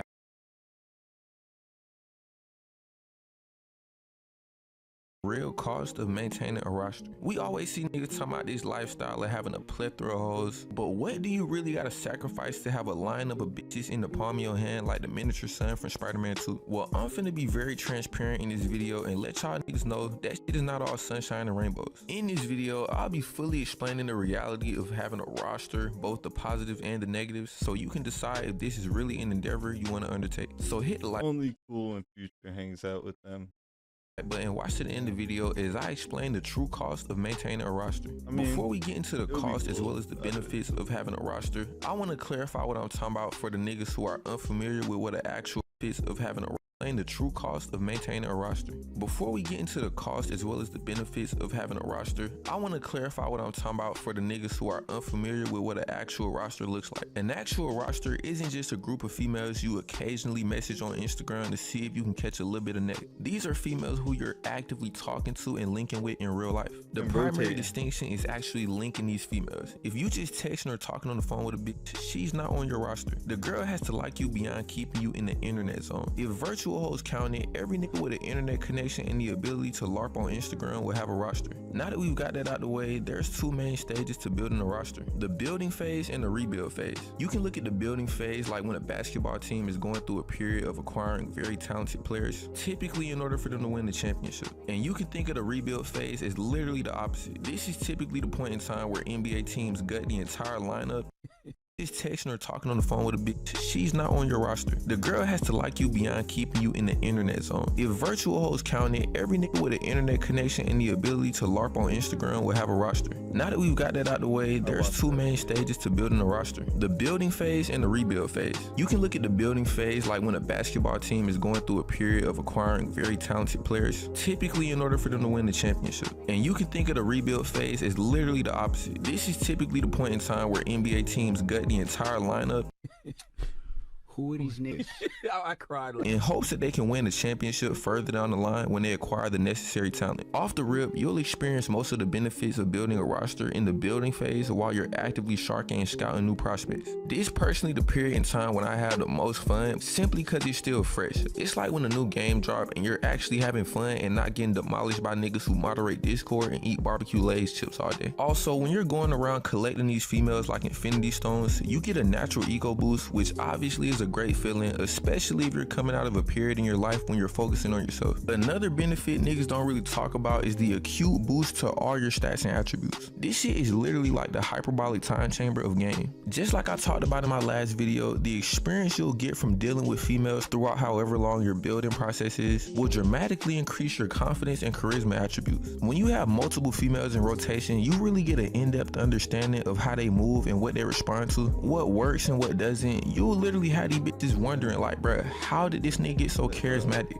This nigga is never awkward or nervous around me. He don't be overthinking the interactions. This nigga has clearly been here before. Like, he's a seasoned veteran. And you probably won't even notice this change. Like, you'll be overly saucing up and not even trying. You can think of this like basic training for actually being player. Shortly after the building phase, you'll eventually get to the point where you're starting to reach maximum capacity. This is probably the peak of the perceived happiness you'll feel throughout this whole process. Like, you've built a roster at this point, so you're not actively scouting anymore. Now you can just sit back and enjoy the fruits of your labor. At this point, you're not worried about sharking or even talking to females because you got a whole lineup to work with. The weight of your individual interactions with females is non-existent. So ironically, by the end of this process, you'll have become even more player. It's literally like a snowball effect of hoes, bruh. You'll start getting requests to join the team that you can't even accept simply because you don't got the cap space. You'll start having natural social proof that you don't gotta put in females' faces, bruh. It's like they'll just be able to smell the fact that you get girls. And as we know, bruh, for some reason, females love niggas who get hoes. Unfortunately, this peak state doesn't last for very long. This leads us to the next phase. This is really when you'll start experiencing the cost of maintaining this lifestyle. This shit is like hiking a mountain, bruh. On the way up, everybody lit, y'all trying to get to the top so y'all can see the view. But by the time you reach the top, nigga, you're tired as fuck. Your body is drained of all hydration and nutrients. You really wish you could just teleport to your car and go home. The constant texting, calling, links, and BS conversations quickly becomes too much to comfortably handle, and it starts to feel like a second job. Like, bruh, I kid you not, you'll find yourself legitimately sleep deprived trying to keep up with this shit. Really think about the time commitment. You got texting one girl good morning, texting another girl good morning, picking up the conversation with another girl from last night, then planning links throughout the week, then actually going on the dates, then recovering from the dates. Like, nigga, I don't think Barry Allen himself off 2 limitless pills could get this done and still focus on his daily task.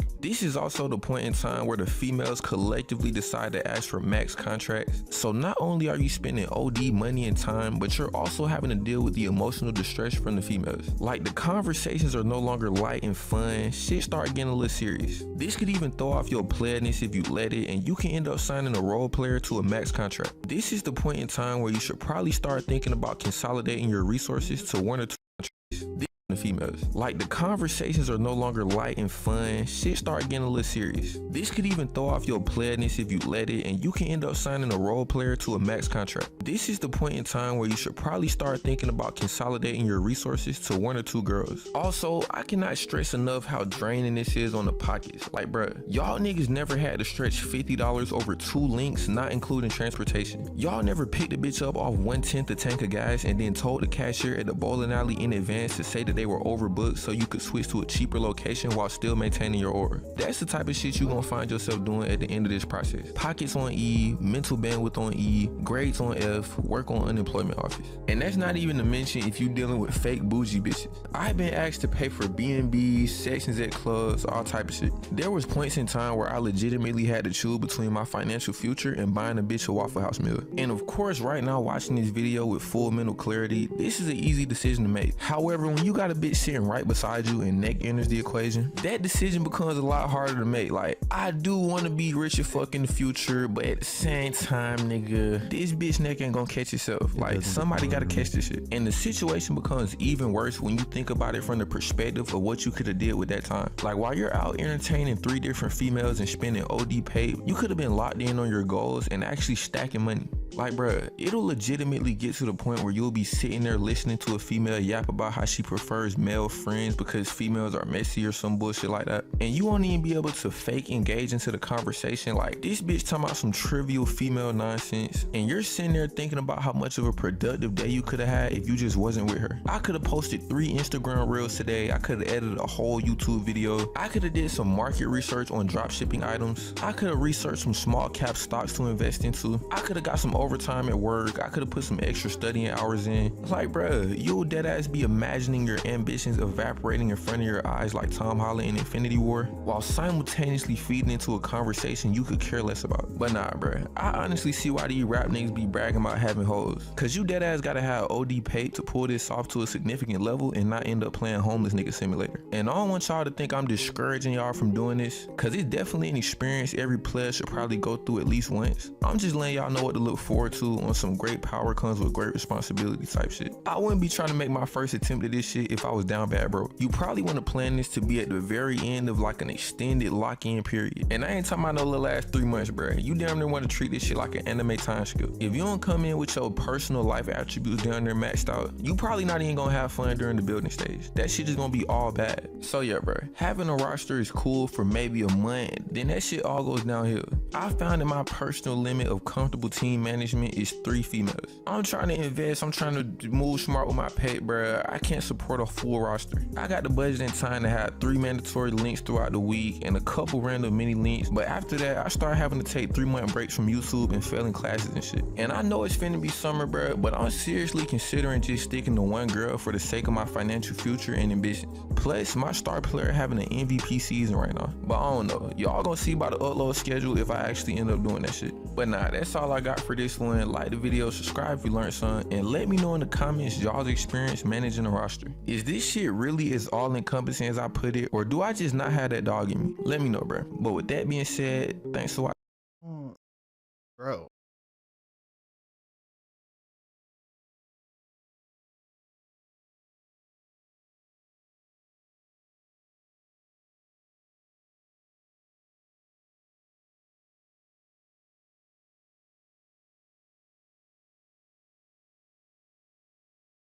When did he say the height?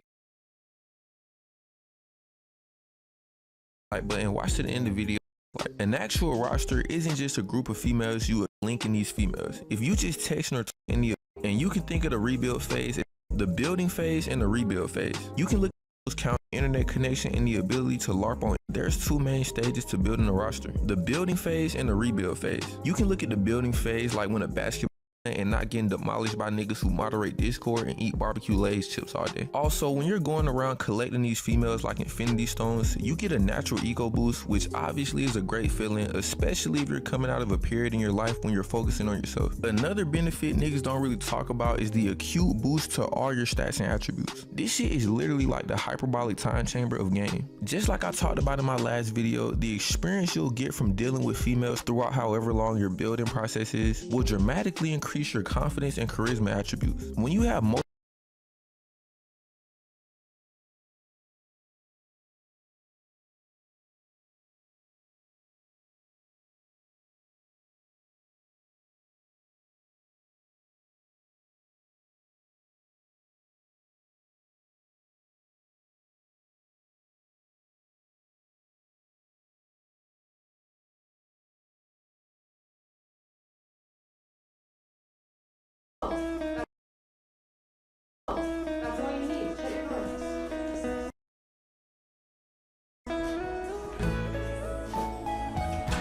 I'm not gonna have my cortisol.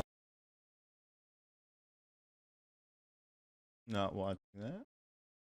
Watch Victorious, you've probably noticed a strange detail or ongoing joke throughout the show. Kat Valentine always mentions that she has a brother who's crazy, violent, and disturbed. But why does your brother have a bag of fake feet in the trunk of his car? I'm not gonna lie, my brother's pretty weird.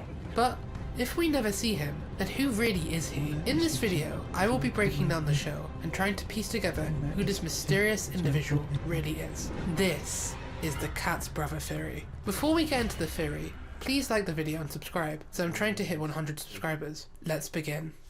Victorious was a popular show which aired on Nickelodeon in the early 2010s. The main cast consists of Tori, Beck, Jade, Andre, Robbie, and Kat. This video will specifically focus on Kat's character, mainly how she keeps bringing up her brother. So, what do we know about him? On the Victorious Wiki, there is a list of quotes collated from the show of everything that Kat says or jokes about him. Kat claims that he has done many things. Everything from being shot by a clown, my brother got shot by a clown, playing hide and seek with the police, falling out a hotel window. One time, my brother was in Vegas and he fell out of a 4th-story hotel window and landed on the roof of a shuttle bus. Getting stabbed in Japan. I like Japan.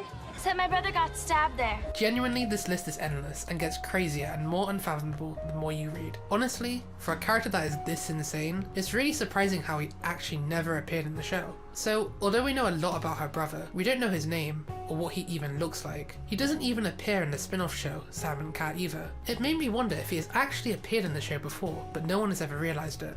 So, who is he? There is a common misconception, even by Nickelodeon themselves, that Kat's brother is Franchini. In case you didn't know, in Henry Danger, another Nick show linked to iCarly and Victorious, there is a supervillain named Franchini. It is commonly thought that he is Kat's brother. This is because Franchini is portrayed by Frankie Grande, who is the real-life brother of Ariana Grande, who portrays Kat. In this show, Goomer appears, he is Kat's friend from Sam and Cat, and mentions that he used to hang out with Franchini's sister. I used to hang out with Franchini's sister. But that's a long story. However, while he did hang out with Kat, this just doesn't work. In my previous theory about Helen from Drake and Josh, I established that Ariana Grande exists within Henry Danger. To recap, characters in iCarly, Victorious and Sam and Cat are all played by actors in the shows Game Shakers and Henry Danger. This is because both shows have a crossover, placing them in the same universe. They even have an episode about watching an iCarly marathon and meeting Nathan Kress himself. It is difficult to narrow down who Kat's brother really is. This is not a theory, this is LARP.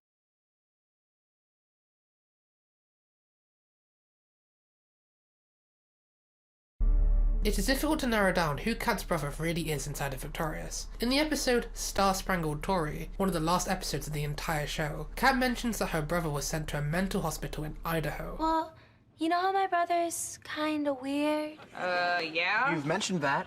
Well, my parents took him to this special place in Idaho where doctors can make sure he gets lots of mental relaxation. This causes her to live with her aunt and uncle, who she hates. This is resolved by her moving in with her grandmother Nona, which leads— Hold on.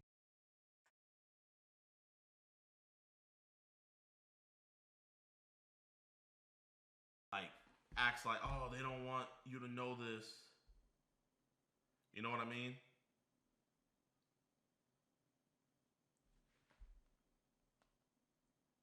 Like, I don't want to be that guy. Even if they are a grieving family, the family needs to be held accountable big time. They do, but I'm gonna be real with y'all, chat. They won't. They won't be held accountable for this because, you know, in a case of this magnitude, it would just be a bad look. It would just be a bad look for them to hold them accountable. You know what I mean? People are gonna look at, and then, bro,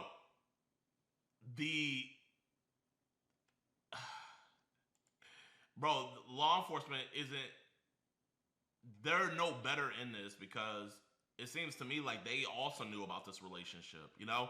It's just like, this looks like the dirty secret everybody knew about, you know? The Discord knew about it, Celeste's family knew about it, David and his friends knew about it, and yet everybody they didn't care, you know? I didn't know about it. Chat, my stuff is freezing up again. I'm gonna have to restart my computer. Just stay right here, chat. Literally give me like 2 minutes, and the stream's not gonna end. I'll be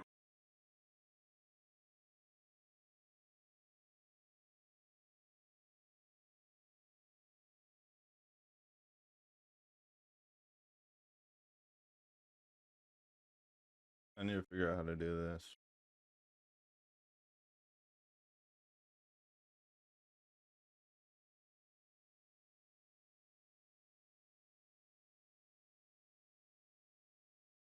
While I was gambling.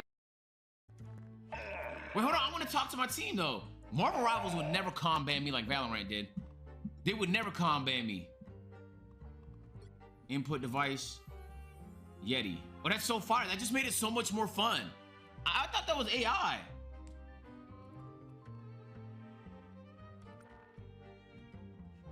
Yo, y'all trying to play with me then? Does anybody have hard mode? Yo, if anybody has after this one, hop in to play with Ron. What level is Ron at? That's fire. They wanted to? Tell Ron I'm down. Tell him wishes to reclaim. Tell him I'm trying to tell him I beat Spit it out, agent! Now is the time to prove Yo, what's up, everybody? Me against an undead army? I like those odds. Hey, Ray. How y'all doing, man? I didn't know this was on. It's the most protected kind of forest in Sweden. We were greeted by a frog and kin of geese. Such a lovely day.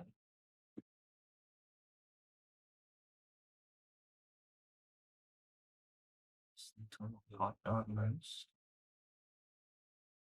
Frog.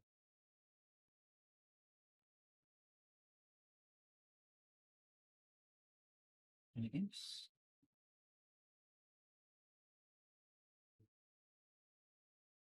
Sweet. Going for a walk and picking up trash by Sigrid. Another Sweden post. Cool. My first show and tell post. Hell yeah, new show and tell poster. Keep posting. Decided to go on a walk with my mom and pick up trash in the local area. We also saw some cool wildlife and flowers along the way. That's a nice hat. That is a great hat and glove combo.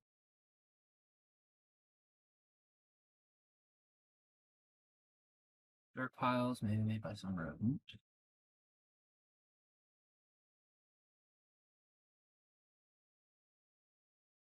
Beaver construction site.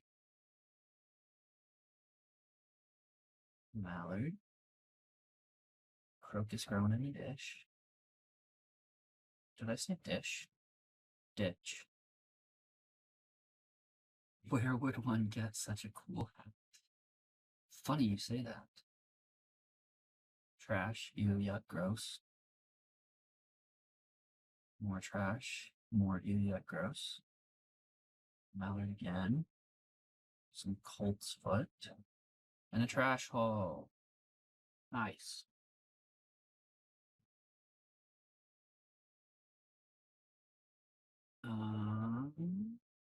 Okay, this is the last post.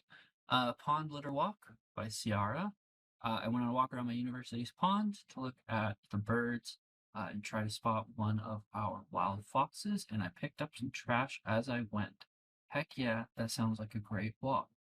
Next time, show us your trash. We want to see it. Otherwise, great post. I think that's it. Yep, that's it. Chat. Show us your trash. Thank you all for posting for show and tell. It's been cool seeing Jacob promote the paint along tomorrow. Chat. I paint burbs. Whoa! Holy, that's Mr. Anon to you. $500. Thank you so much. That is incredible. You are awesome. I paint burbs. Tomorrow. Is doing. I actually don't know. What is this tomorrow? I know the streamer. I don't know what is happening.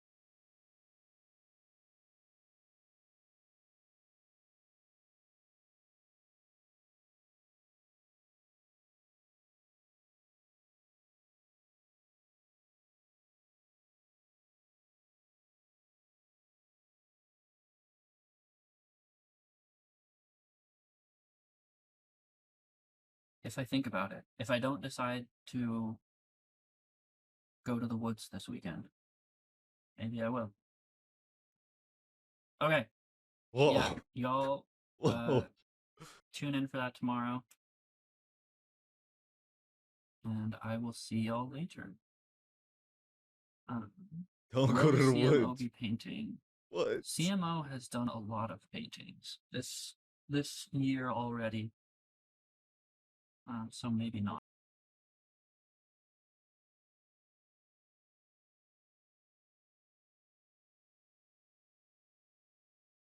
Ooh. Oh.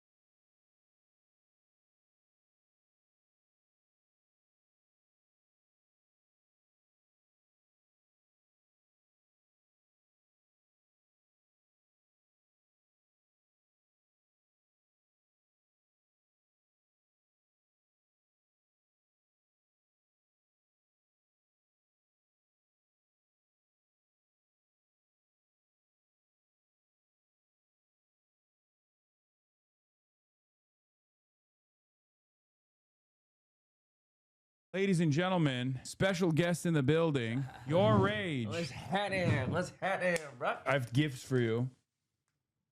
How'd you know? Yeah, bro. This is how it is. Wait, how'd you know? This is my favorite Arizona. This is my favorite candy. Yeah, yeah. I got What? another gift. I got another gift. You know what's crazy? Wait, what? Yeah. How'd you know? And then I got you, You know what's crazy? That's literally the arc I'm on right now, gang. I watch One Piece with my chat like on Patreon all the time. We trying to catch up. That's crazy. Who told you this? Don't worry about it. Who told you? Don't worry about it. Chat, who told you, gang? Don't worry about it, dude. Nobody give me a gift before a stream, bro. Yeah. What the Look, listen, and I know you know, that means you did your research. And I know you know that my favorite Sour Patch Kids is the watermelon Sour Patch Kids, but you didn't get it because, you know, they're going to be like, you know what I'm saying? But it's cool. Yeah, we wanted to avoid any clips. We wanted to avoid getting a racialized the watermelon Sour Patch Kid. Yeah. That's what it is. But these are my second favorite. I ain't gonna lie. We can talk about the Strait of Hormuz and all the stuff that's going on with Iran if you want. And the foreign policy. Yeah. Well, I will say there is a non-zero chance that you will be plastered all over Fox News if we do that. Well, you got the big boys on this bitch? Like, you be on Fox News and CNN and them? For the last month, Fox News has covered me at least twice a day. Every single day. Today, they covered me 6 times. Wait, what you be saying? Wait, like, what do they say on you? Oh, yeah, today, they have me on every single broadcast from morning. Wait, that's kind of swag, though. Yeah. That's the big leagues. It don't get much bigger than that, do it? That's why I always joke when people are like, "Oh my God, you got this drama, that drama from like streamers," and I'm like, I have entire governments after me. I have government ops. All right, let's get into it then. No, we're not gonna. No, let's get into it then. I'm not gonna do that Is to you. Epstein still alive? Is he a spy? Is he working with the Israelis or some shit? What's he doing with the Israel? He's dead, but he was working with Israel. Yes. I don't know. I seen some videos, gang. No, he's definitely. I think he's dead. I think they killed him. I don't know. Look, this is what I think. What do you think? He was locked up. Uh-huh. Yes. I don't think he killed himself. It's either the Mossads came through and killed him because he knew too much information. I don't agree with none of this. Or they faked his death. The Mossad.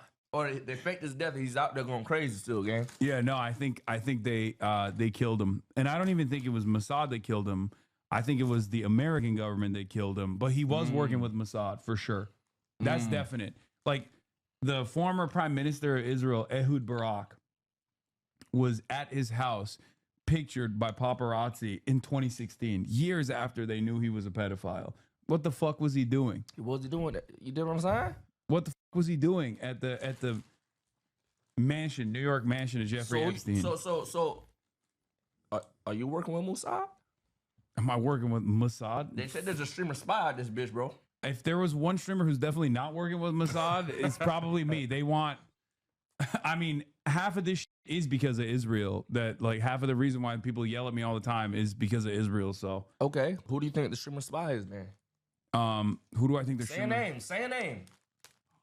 I have Burnt Peanut. I was, you know. Oh, you think the Burnt Peanut is? I think Burnt Peanut is live broadcasting from Tel Aviv. That's number one. I think Ludwig is a spy. Ludwig. Yeah, Ludwig is a spy, but not for Israel. But he's a spy for French intelligence. I think he's a French. Why the French? He's French. He's French. That's what it is. Ludwig is French. Yeah. What? Yeah. Wait, that's kind of swaggy. That's kind of swaggy. You didn't know. See, you didn't even know because he's a good spy. Wait, someone says say Rakai. Oh yeah, niggas. Look, listen. A lot of niggas are saying Rakai, but I don't know. I feel like Rakai would spoil all the plans and shit, or maybe that's what they want us to think. Yeah. Maybe they want us to think Rakai's too dumb to be the spy, but I don't think Rakai the spy. Los Pollos. No, Los not the spy, bro. Wait, you got beef with Los? Wait, why you got beef with Los? He's I cooked him when he was what was it? He was like talking about ice. Yeah. And I was like, you're a fucking idiot. And then he got so mad at me and he went on this like rant and he had to like delete and then apologize for what he said about ice. He thinks I criticize him about ice because he was like yelling about how I zapped my dog or something. And I was like, no, dude, it's just because of the ice thing. I used to follow him and then he soft blocked me to make me unfollow him, which I haven't followed him again until now. Follow him back, bro. I just did. Hey, no, Sazanabi just followed you back, bro. Not followed me back. He's never followed me. He's never followed me. He hates me. He said such a disingenuous. Oh, he did. No, I ain't gonna lie. He pressed you, gang. He slid on that. I said, brother, what are you saying? He fucking hates me, and he thinks I'm getting paid by foreign entities. Because you being paid. Yeah, he thinks I'm being paid. So now I'm doing an Uno reverse. I think he's being paid by foreign entities. I think y'all need to patch that up. I'm down. I love Los Pollos. I think he's fucking hilarious. He's on my streamer Mount Rushmore all the time, bro. I think he's fucking hilarious. He's funny. That's a funny guy. Like unintentionally, but still. Oh yeah, we caught him in real time botting his likes on Twitter. What? He went from like he was getting ratioed every time I said something to him, and then he went from like 25 likes to like 2,000 likes or something, and then it stopped. Los, I don't know what he's talking about. I wasn't there for that. I didn't see that. Los, I don't know what he's talking about. Yeah, he was definitely bought, but it's all good. I don't really care. Objection. I don't know what he's talking about with those. How do you know it wasn't a got you there? A Los Pollos Snipe Squad fan that saw their goat getting ratioed. They're like, F that. My goat can't get ratioed. Oh, you don't think it was him who bought the bots? It was a fan that tried to save him by botting it. Okay, fair. I mean, that's fine. If that story is true. Oh, okay. You're defending him. No, I don't know if that story is true. You're defending. If you show me right now that story is true, then I got you, gang. Okay, well, you know what I'm saying? I love Los Pollos. I was very sad when he came after me. It really made me sad. But here's the thing. I think you can still disagree with people. And because, so Los did tweet some bullshit one time. I replied. It was about some. I replied to him. Mm-hmm. But me and him, we still cool. We talked it out in the DM, in the text messages. Still my brother. I think you could disagree with niggas and still. Well, we don't know each other at all. What did you say when he tweeted that? Like, what was did you come at? Was it no. He came at me out of nowhere with the Kai shit. He was like, "This guy fucking killed his dog, all this stuff. He was going crazy, but he was also scared that I was gonna sue him. So Wait, he literally, because he was like, "Oh, I'm defaming him." He hit up XQC to be like, "Yo, I'm really worried that he's gonna sue me." And XQC was like, "Don't worry, dude. He won't sue you." How you know that? Because I think XQC leaked it or someone leaked it. Yo, what the? Someone leaked it. Hey, but Los, I was trying to be your lawyer just now. I don't think I was doing a very good job. Someone send the thing I ratioed him with.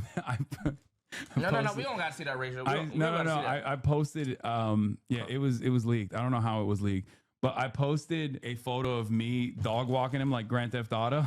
He said, "Yo, Hassan the Hun waited for the right second to trigger his incel community as a revenge for my fucking dog shot collar tweets. These motherfuckers always got an agenda. Nothing you say about me will convince the real ones that you're a fucking freak. You abuse your fucking dog and you're a liar, pussy." So I posted this. No. I said the only dog I put the shot collar on was you yesterday when you deleted those tweets about ICE and cried like a bitch. And then he also hid my reply because I ratioed him. Okay, look, listen, this is AI. Okay, go ahead. AI. Go ahead and act like that's not. This is AI. Beast mode. This is AI. You dig what I'm saying? I feel like y'all should just have a conversation, voice to voice. I'm down. Anybody seen this clip outside of Twitch? This is AI. This is AI's. Them numbers is not real right there, gang. He's never gotten ratio. Yes. Yep. I kept ratioing him a lot. Yo, we ain't gonna. Yo, Los, listen. The next time a situation like this happens, Los, hit me up. I'm good with the responses, gang. This nigga was cooking you, gang. I'm good with the responses. I got you, bro. Yeah, I'll be your ghost. He just kept going. You shock your dog. You shock your dog. I was like, nah, I'm shocking you. You're my dog now, bitch. But yeah, you got some phase merchant here. Yeah, I do from way back in the day. Back when I was phasing the fuck up. We don't phase up anymore. We phase down now. I've been phasing down. Phase, yeah, we don't. No, phase, that shit don't exist. Anymore. I don't phase up anymore. I used to. Like, see, I can't even do it. I just. Let's say phase return with a bunch of other streamers. Are y'all supporting them? Depends on the streamers. I don't. Probably. I mean, I don't know. I have no allegiance to phase whatsoever. Who would they bring it back with? Clavicular. Rakai. Okay. Oh yeah. How you feel about Looks Max in this? I'm the OG on that. No, I'm literally the OG. I used to be in those forums. I would look because they would talk about me in those forums. They'd be like, "Oh, this guy's like a fucking. He's a liberal, but he's like kind of has a Chad physiognomy." Like this was like 2018, 2019. Okay, so they're saying you're the first sexy nigga on that side, is what they were saying. Before it got like mass produced on TikTok and shit. That was they used to talk about that stuff. You know what was my first expose? Like first time I get exposed on something? When I was coming up on YouTube like 2017. I actually posted a sponsorship. Getting filler. Like fillers that Clav be doing? Yeah. I promoted that shit one time, but then I got roasted in the comments. You and I promoted fillers? Listen, hear me out. Bro, what the I was 20 years old in college, broke as remember That only 5 bands to put that shit in the YouTube video. I took that shit the swiftest. If you saying anybody in college right now, you're not taking $5,000 right now to post a little video, you tripping, bro. And then I got roasted during I deleted it. I ain't gonna lie. It was embarrassing. I ain't gonna cap, bro. Got some swag on you. I ain't gonna lie. Oh, thank you. Swag. I be peeping. Thank you. I hate one of your fits so bad. Which one? I don't know. You was standing like this. You was standing like. Oh, come on. That's from 2014, bro. That's from 2014. My God. No, bro, what the f were you wearing in 2014? I got some terrible fits too. Yo, chat. But any of the rage chatters? Any of the rage chatters? Give me some old fits of rage right now. Give me some old fits of rage. Don't. I'm going to your fucking chat right now. Yo, throw me some. Throw me some old.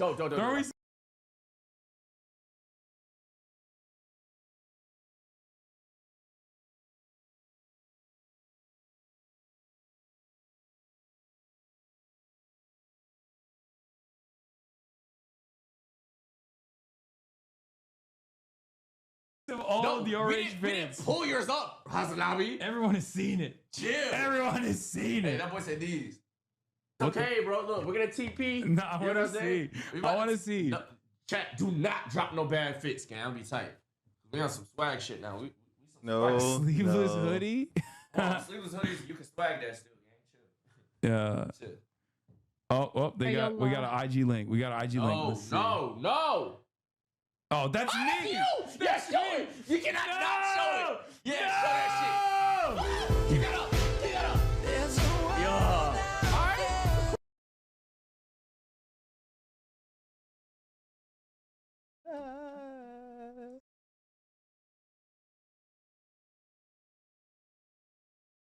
Oh, we got an IG link. We got an IG link. Let's see. No. Oh, that's me. Yes, show it. You cannot.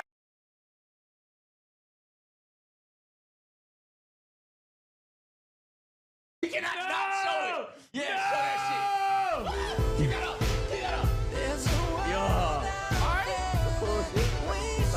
These are all like 2014, bro. Don't look at me. How you doing like this? That was the classic. Everybody knows that With one. the black shirt. Everyone knows that one. What is this? Yo, it's just a hoodie. It's not even a fit. Yeah, that's not even a fit, You know dude. what I'm There's saying? gotta And I be look worse. sexy as There's fuck. gotta be worse. There's gotta be And that worse. looks sexy as You know what I'm saying? It's not that bad. It's You know not what that I'm bad. saying? Yo, gang. That's so bad. What the was I thinking? It's still up. Got but my taste better than ever? It's not. That's clown shit. Got but my taste better than ever. Nah, you the one. You know, That you is down. Yo, that was hit. That's clown shit. That's not even that long ago. It's in 2022. Wait, what is this? Your Rage? Yo, gang. What?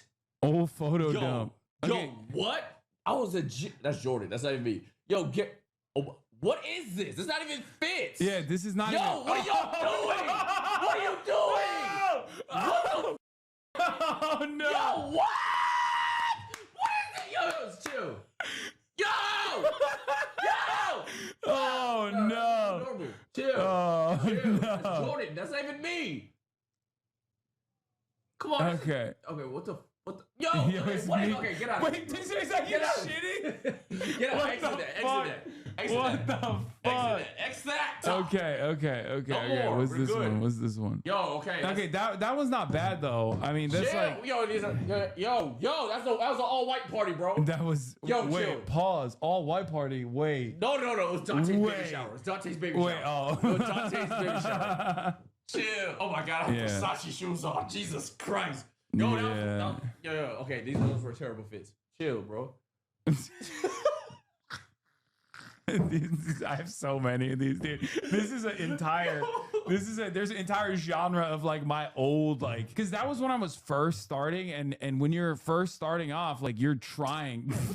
Why do you always post yourself shitting? Cybertruck, what the yo, chill. Listen, I'm trying to blow the Cybertruck up. I'm trying to find a way to do that, but I feel like I'm losing. Should I just sell it? Or should I blow it up with an RPG? I mean, you can make a lot of money filming that. I think. Oh my God, blow it up with. No, I don't know. I mean, well, with the current way that with the current value, maybe. Yeah, they make fun of me when I wear Hawaiian button-ups. They say this is what I look like. Mama, you can swag that a little bit. They got Luffy straw hat on. Look. I thought that I was hot. I thought I was. Also changed. Oh my God, no! I wasn't I was at the airport. Nigga, I have joggers in it. Bro, hold on. First of all, Why did you pull them up? Why'd you pull the joggers up? I was hooping. You went Capri? I was about to hoop. You went Capri at the airport, at the Fort Lauderdale airport. You were. I can tell. Listen, I was about to hoop. Gang, first of all, this is Adidas sweats on and a true shirt on, gang. Like, you know what I'm saying? No, that's ass. That's ass. Bro, that's that was time too when you was wearing that bullshit, nigga. That's not a fit. That's some chill shit. Yo, take that shit off the screen, nigga. Another rage fit? Okay, chatter. Why is it still Show 'em a classic? Oh, this was swag though. This was actually, I had the mohawk and everything. That's me. It's baby me. What? Danko Darko. That's you? Yeah. When I was that like, fit not even that bad, but what yeah, the fit's good. The fit's good. That's like back in fashion. Oh, this was Coachella. It doesn't count. I ain't gonna lie, even for Coachella, that shit ass. Yeah, it wasn't great. That's one of. Here is Rage wearing a fedora at the club.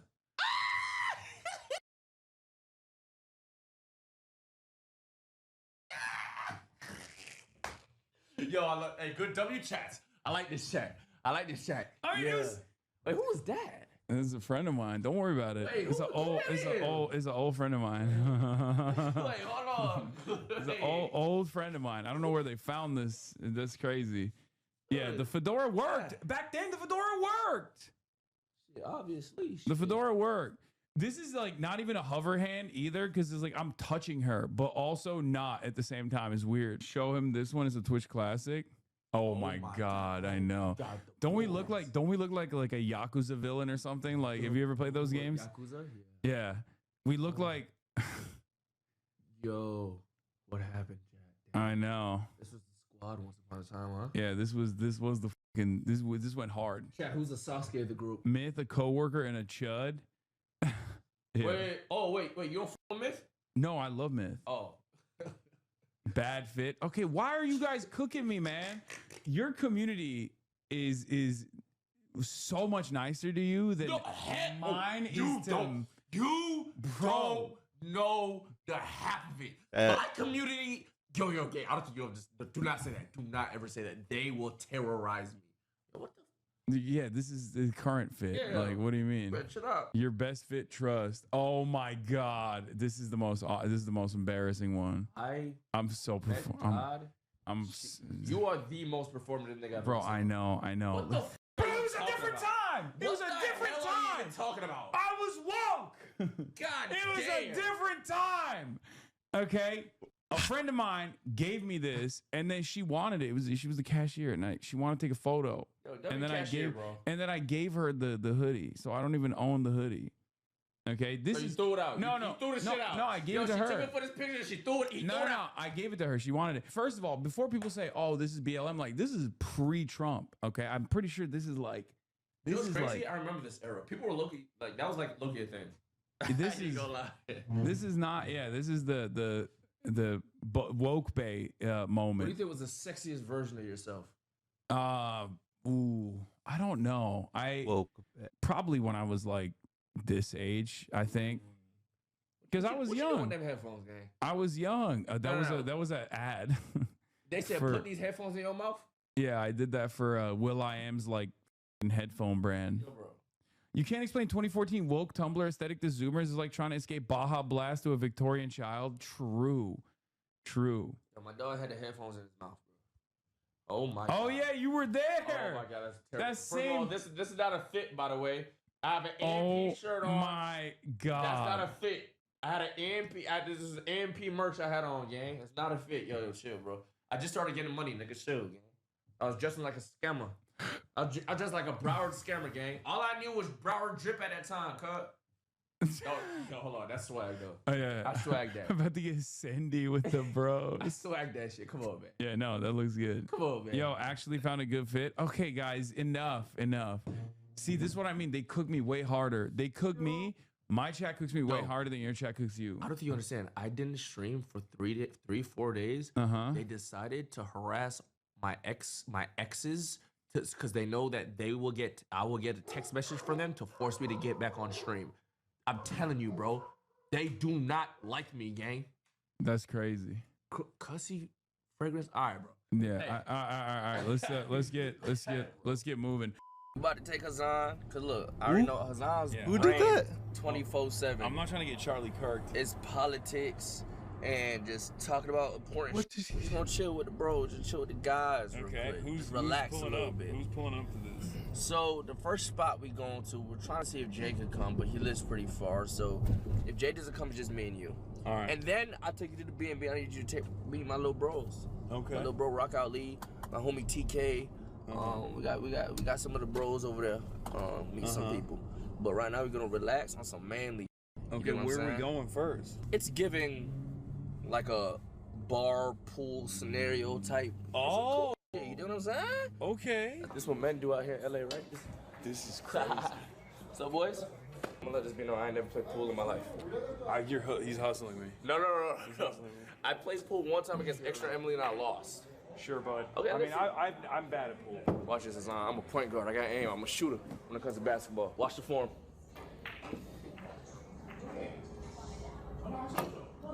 Now that's a break. Oh! We got solid. All right, you're solid. All right, so with the trajectory of what the balls is looking like, I'm looking kind of cooked right here. So what I'm gonna do? I'm gonna just. You just gotta make sure you hit a solid. Yeah, I'm gonna just hit a solid right here. Rough it. Oh my God. That's not an easy shot for you, Hassan.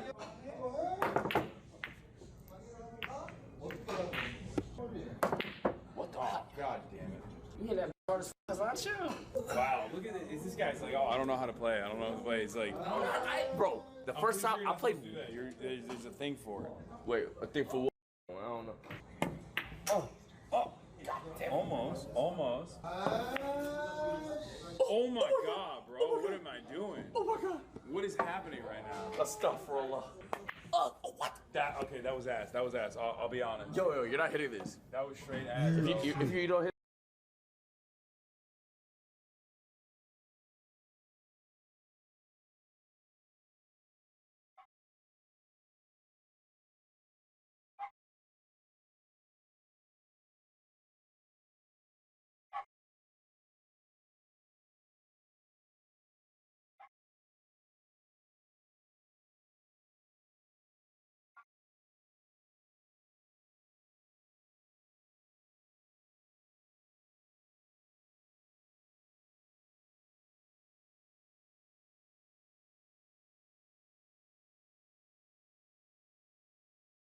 This you want me 100 gifted. 100 gifted, locked.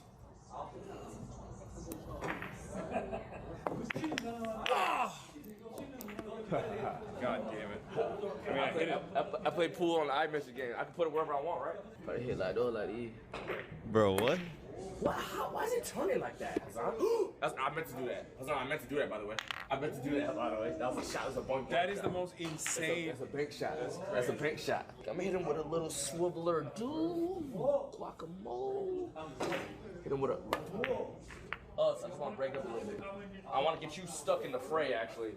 I actually wanted to get you in the fray, so it's like you would. Wait, that's not.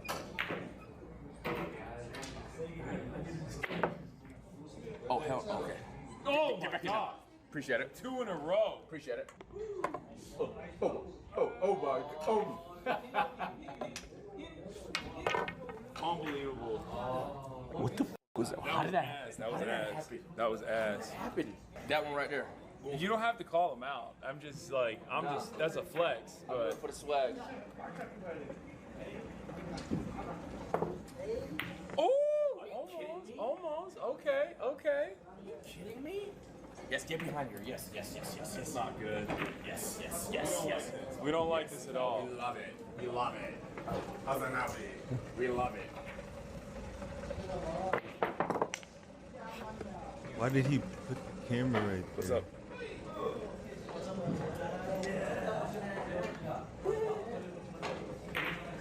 Alright, that one, but we'll see. It's gonna be a tough one. It's right here though. You got both? This is in the way. No. Try to hit both. Oh, bro. Yo, bro. Nobody saw that. It's fine.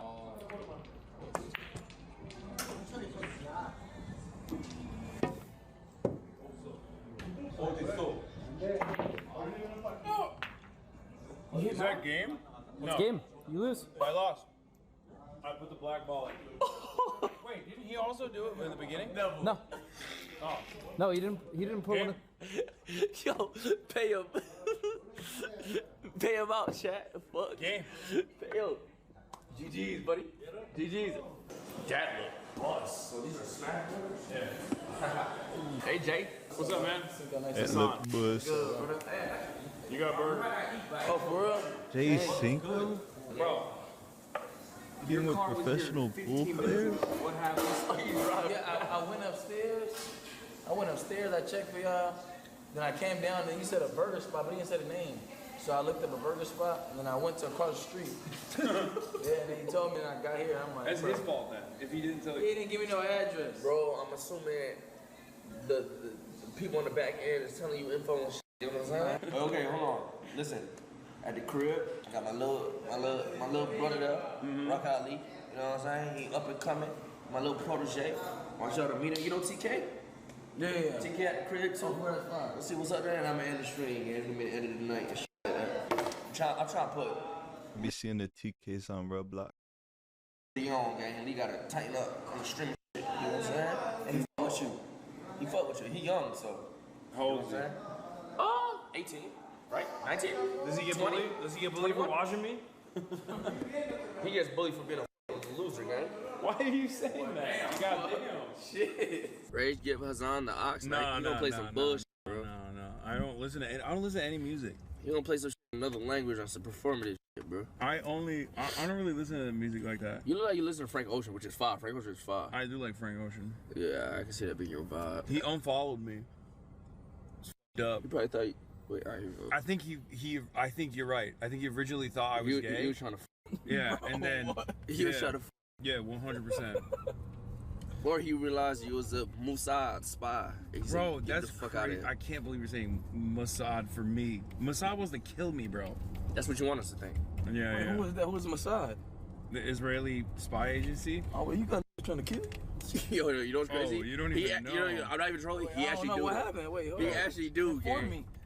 I got government ops. He got is. government. This nigga in the car right now is the biggest political commentator on the planet, especially on the left side of shit. On the left side, You got the tints? right side. He on the right. He on the left. Yeah, the like you know what I mean by left, like Democrat, like Where they at? like left. No, even further. Oh, like liberal. No, not a liberal. Further. Left fucking. A liberal elaboration. What you trying to say? What nigga? you is? What you is? I'm a Socialist. He's a socialist. Okay. Yeah, you a socialist. Yeah. Okay. You didn't like my what's it called chart? Remember that test I did? You're like, whoa. You're a little bit in the center. I don't remember, but My shit like in the like left center kind of type of vibe, like leaning toward the us. Like yeah, the, you need like to the be. You middle. need to be more leftist. What the f? You need to be more to the left. Yeah, There's always room to go. Nah, it's weird. Come on, bro. Y'all can't have fun, bro. Y'all too strict on shit. I mean, I have fun all the time. No, you don't. Hazan, you Yes, hate I your do. life, bro. I love my life. Hazan. I mean, what you're saying is correct, though. I think a lot of people think that to be woke means like you can't have any fun whatsoever, and that sucks. And that's why a lot of people yell at me all the time because I do have fun, and then people think, oh, you're not supposed to have fun. You're woke. Yeah, the niggas, yo, be on your ass because you know what I'm saying. You're supposed to be saving the world. No, I yell at them. So is anybody trying to Man, kill don't you? call, gang. Is anybody trying to kill you? Yo, no. Like this shit is serious? Don't you have okay? Not You talking the Israeli, like the one that be blowing shit up? I'm not even trolling. Like, My wait, life- you talking about the one that be blowing shit Don't up? say, don't say anything. Don't say anything I told you. But I mean, I'll tell you this: I got detained at the airport by the Department of Homeland Security. By the Homeland. All right, I'm gonna just go ahead and just pull up. No, not Homelander. The Homeland Security. There you go. No parking spots. Y'all got no driveway? Yeah. Wait, back there, reverse. Why didn't you tell him then, Colton? He got worried when you said I got ops. He's No. He's panic driving. He tried to. Like you said, he beefing with the Israelis. Nigga, hell no. A little bit with the American government too. They're not too fond of me either, but it's fine. Bro, there's. And do that shit really be like real? Like them niggas be really on your ass? Like you be getting weird? Do you having like weird times? Like somebody leave a note on your door or something? Like you don't be nothing deep like that? Like, bro. Maybe. Like you had some weird encounters? He can't even say what. what's happening. I don't talk about stuff that I do privately. Yeah, it's been things that some happen shit. in my I ain't gonna private lie. life. Whatever ops you thinks is dangerous, this is like some in the suits. That's what I'm niggas in the saying. suits, Yeah, like I can spot a broke nigga. Like I can't spot an assassin. You can't. You get what I'm saying? It's one of them niggas where it's like, oh, he killed himself. Nah, whole for time. sure. Hey, Zai, you think you could close that just real quick? Just my light on the door be running out. Just real quick. Just 1 second. What are you gonna dip out? No. Man, what the fuck you got going on, bro? I'm sorry, gang. Aim You high. just, nigga, you just want a motherfucking spy on my shit? Aim high wanted me to do the collab and shit, and I did a talk show. Collab? Nigga, it's gonna be the last collab we do this, nigga. Listen. I swear to God, I knew something was wrong. This nigga shoulder's too big, my nigga. Listen, he big as fuck. He's That's what I'm 6'4", saying. I'm 250. I wanted to kick him out the car, but he too buff. This is what happened. On one side, I'm gonna just introduce him to my little homies and hey, don't get in. Don't put them in this. They don't need to be in this shit. Nigga, 5 minutes everybody in it, nigga. Fuck. You want some bullshit? Come on, let's do it. Hey, house party. Wait, what the? You got a surprise party? Yo, oh my god. Oh my god! Oh my gosh. Wait. Oh.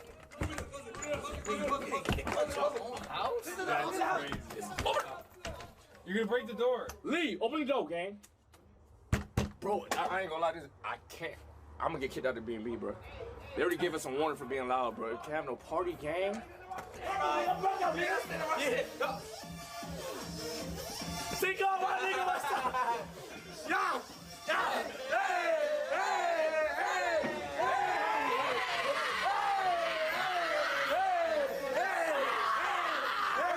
what the fuck? What's up, man? Hey, my name's Lee. Nice to meet you. Tico, my nigga, what's up, man? Hey. Know what I'm saying? Jay! How you been, bro? What you talking about? What you talking about? It's a B&B, nigga. What that mean, nigga? Hold on, Hold on. Let me discuss with you. Please. Let me let you discuss. Come on. Hey, put the music back on. Put the music back on. Put it that way. Yo, go back. Put the music back on. Put the music back on. You look kind of good. Wait. Point the music that way. Hey, Ray, there's still more niggas coming. I have niggas. All right, wait. Everybody. Hold on, Why are you here? Yeah, what the fuck? Party. Hold on. The last day in the YG mansion, some niggas like, why not, like, you know, shit. We're good, bro. We're still following the guidelines and everything, bro. And then we rock out, nigga. It's the last day, dude. We might as well fuck it, bro. It's the last fucking day, I'm bro. 34 years old. What the fuck am I doing here? You're never too old to have fun, bro. Yeah. That's a number, gang. Whoa. I didn't mean it like that. I didn't mean it like that. But you get what I mean. I usually got a hang of shit like this. Don't usually happen. This nigga just be on bullshit. Now look, my nigga. I'm gonna keep it a buck, gang. You my dog. I would never throw some shit without your approval, my nigga. So, I had your approval. You were sleeping though. You feel me? Hassan, nice to meet you. My name's Lee. I feel you. I feel like you probably gave him the approval. I'm trustworthy, man. How the fuck I get You probably just wasn't in the right mindset, so you wasn't really paying attention. Listen, gang. Listen, gang. Hold on. I got hustled. You feel me? We got hella this bad is the wires started, bro. It's just getting started. Yo, come over here, Ray. Come on, we out. Come on, you hear that bit, Ray? What it sound like, Ray? That shit sound like what? What it sound like, nigga? I can't step out till I walk. Slide, keep on slide. I just keep on dying. Step down, Yo, bro. Hassan? Why you wanna give me that? I gonna lie, he be stressed out about like the political state of Israel and all that. Yeah. Wait, hold on, I gotta drink then, bro. Let's not talk about the political state, the economic, political, my nigga. Hassan, you know what we on tonight? Getting bitches.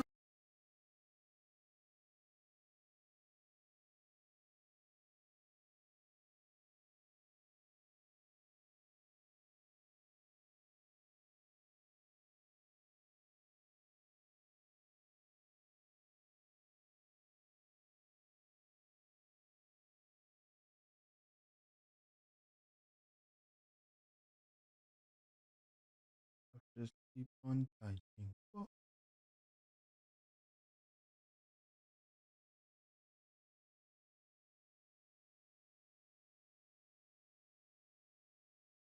I know exactly what brought you to this video. You used to be charged with no bitch to your name, and wanting to change that, you decided to go ahead and look smack, which don't seem like a bad idea at face value. Like, looking around, you seeing all the handsome, tall, muscular niggas with tattoos and dreads sticking out of hoes. So logically speaking, you like, shit, let me just try to get like these niggas. Fast forward to today, and you probably quite handsome, unless you just weren't locked in whatsoever. However, your life is still void of all women. I've cracked the code to this phenomenon and why exactly this happens. So hit the like button, watch to the end of the video as I explain why this look smashing shit didn't work as well as you thought it would. Alright, so the reason why look smashing didn't get you all the bitches in the world is because you're overestimating the results for how good you look. You probably thought to yourself that if you looked good enough or had the most expensive tailor fit on, you would be able to get girls with relative ease. Little did you know this was never the case. Like, getting girls as easy as Duke Dennis did in this infamous clip isn't even a possibility for the average nigga. No matter how try hard you get with the look smashing. Like, okay, bro, looking better does make it easier to talk to females, but exactly how easy it gets is way over exaggerated.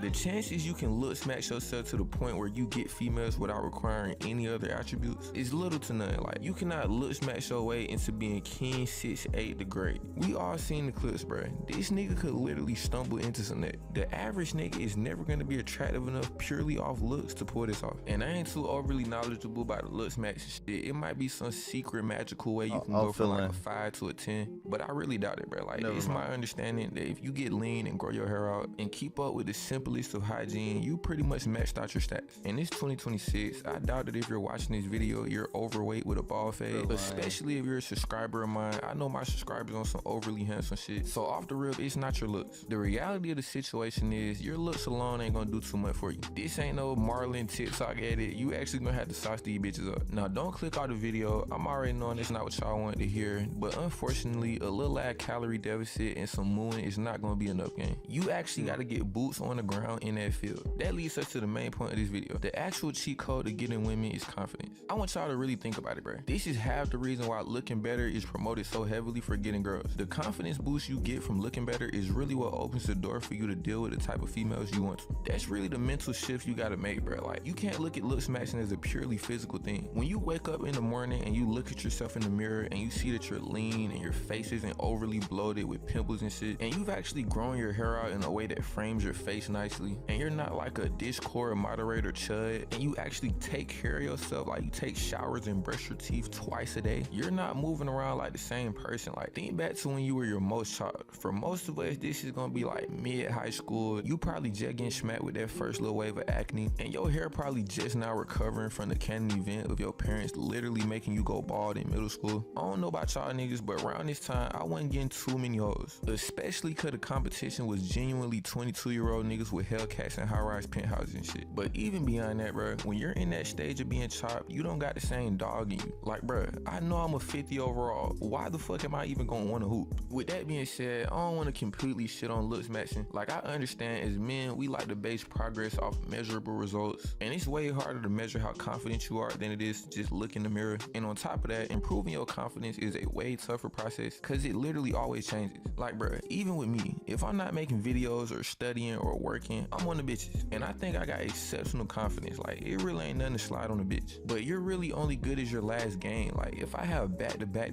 bad experiences with hoes, I gotta call the time out, bro. Me and my partners gotta huddle up. We gotta reminisce about when we went on legendary 2-mans and the females was just effortlessly going. But when it comes to looks, when you've already built a good physique naturally, and whatever else you do to improve your looks, it kind of just is what it is, bro. Like, you really can't just fall off the map. You already have the habits and disciplines needed to maintain that look. But regardless of how difficult it is compared to just looks matching, what you need to do if you're damn near at the peak of your looks is to confidence max, or maybe even just social skill maxing. But confidence and social skills really go hand in hand. And you might be saying to yourself, how do I even go about confidence or social skill maxing? The answer to this question is simply experience. If you unfamiliar with this concept, basically confidence isn't something that you're born with. It gotta be built over time, and it's mostly activity dependent, meaning you can build up confidence for something like basketball, but still not be confident when it comes to dealing with females. In this scenario, you could assume that the person in question has been playing way more basketball than dealing with females. Continuing with this example, all you need to do to get confident when dealing with females is to get more experience and reps in, just like how you did with basketball. So just go outside, bro. Talk to females, hang out with your friends. It's literally simple as that. And I'm not even talking about going out to clubs or lounges or anything like that. I'm talking about just going out and being more social in general. The gym, your classes, Starbucks, Barnes and Nobles, Target. Literally anytime you go out is an opportunity to get more comfortable talking to females. Anybody you see that's just overly charismatic when talking to females is only charismatic because they done did it over and over and over again. These niggas was not just born with the gift of gab. Like, they had to go through the same process as all of us. And I ain't gonna lie, bro, in the beginning, that shit is gonna be a horrible experience. You gonna be walking up the hoes, you ain't really gonna know how to start the conversation. You're not gonna be able to gauge if the girl like you or not just by how she look at you initially. You essentially gonna be flying blind. But when you start to get more and more reps and you actually familiarize yourself with dealing with females, whether it be walking up to them or just having one-on-one links, that shit gonna become so easy, you might even forget about all the times you went out bad. Like, you gonna think you was dead ass born like that. And I was just talking to my partner about this whole concept. He got a job at the airport like 4 months ago, and he was telling me before that he was not used to talking to bitches. Like, he wasn't really in that field walk shit down. But after working in the airport for so long, bro, it's like the game just came to him. Like, he was just in a natural flow state because it was literally his job. Like, I don't know the specifics of his task, bro, but from what he was telling me, a large portion of his job goes to just telling fine shit what gate they gotta be at. And this is all pure bad shit. Like, all the little Instagram hoes that be getting flown out, and we in Atlanta. Like, come on, bro. You know Hartsfield Jackson gonna have some fine shit. This experience from working in the airport probably boosted his overall like 20 points. And he visually showing me this shit. Like, nigga, Instagram flooded, messages flooded, bro. It's like, it's a plethora of bitches. And that's just off being in the field and getting your reps up. I guarantee you this nigga wasn't clocking into work thinking about his zygomatic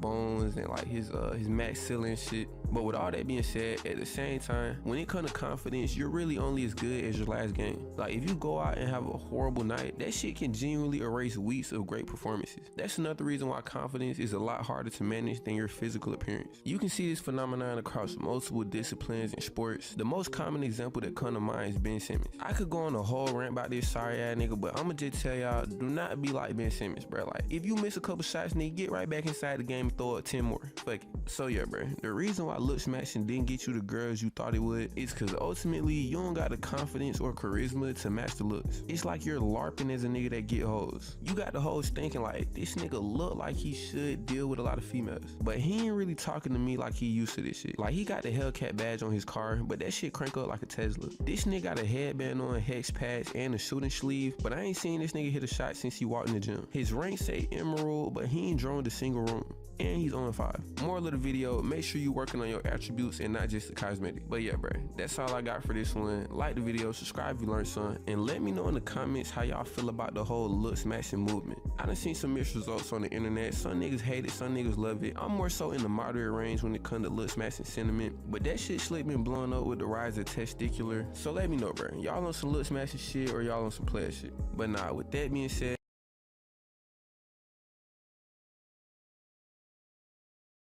I just want to say, bro.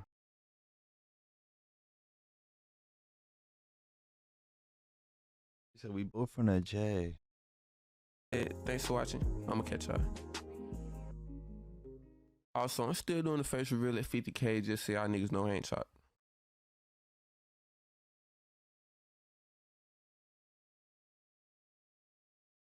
Respect. Oh.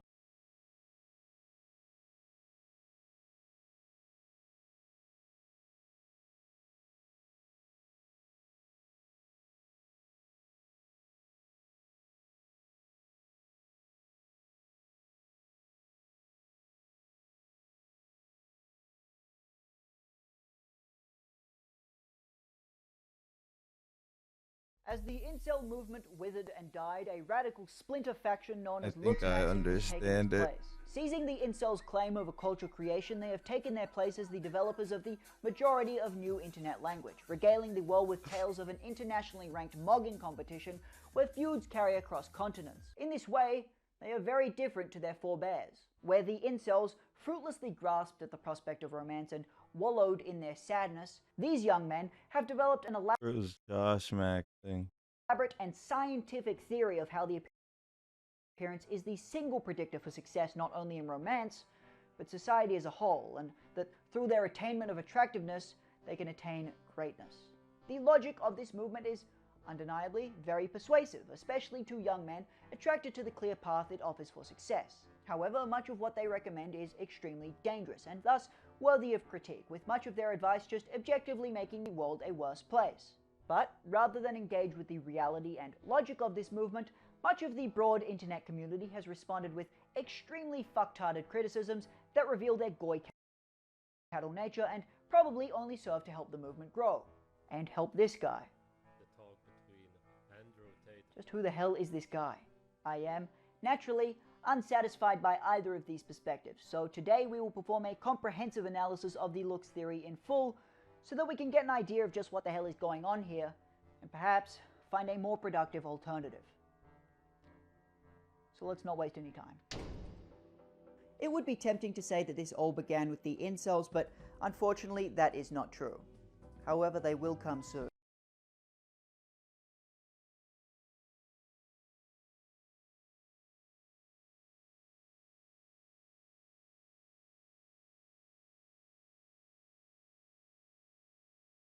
I thought it said 13 minutes. I know exactly what brought you to this.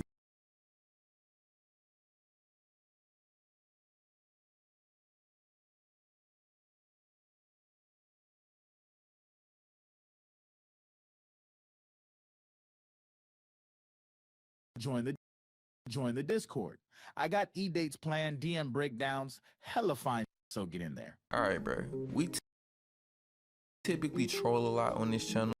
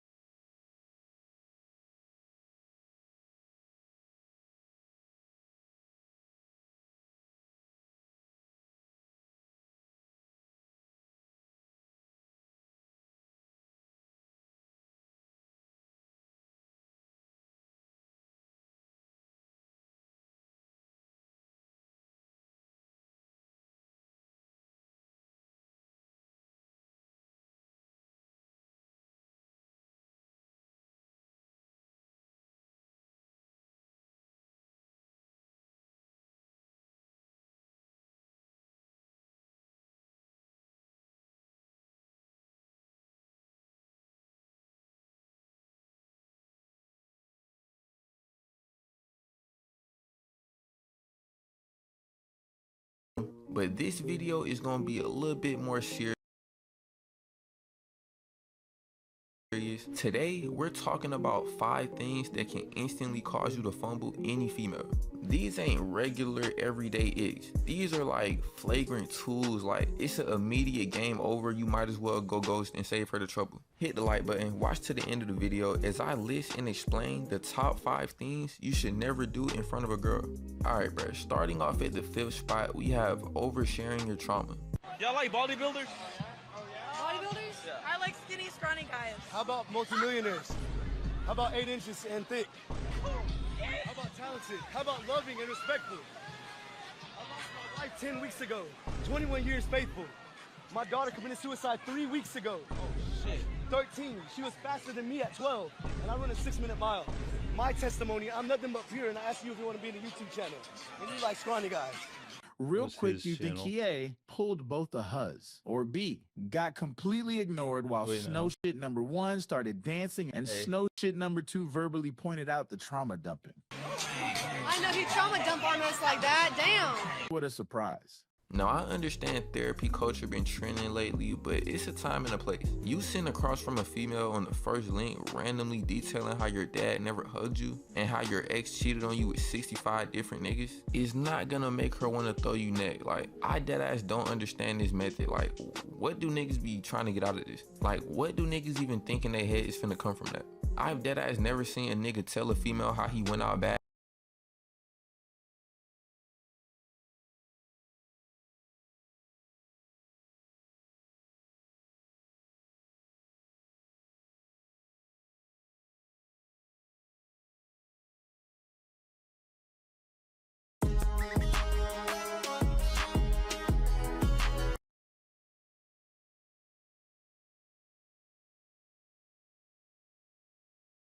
Got a paddock on my wrist, doing front flips, giving you my number, but the my wrist, doing That was working. front flips, giving you my number, but the got the paddock on my wrist, doing front flips, giving you my number, but the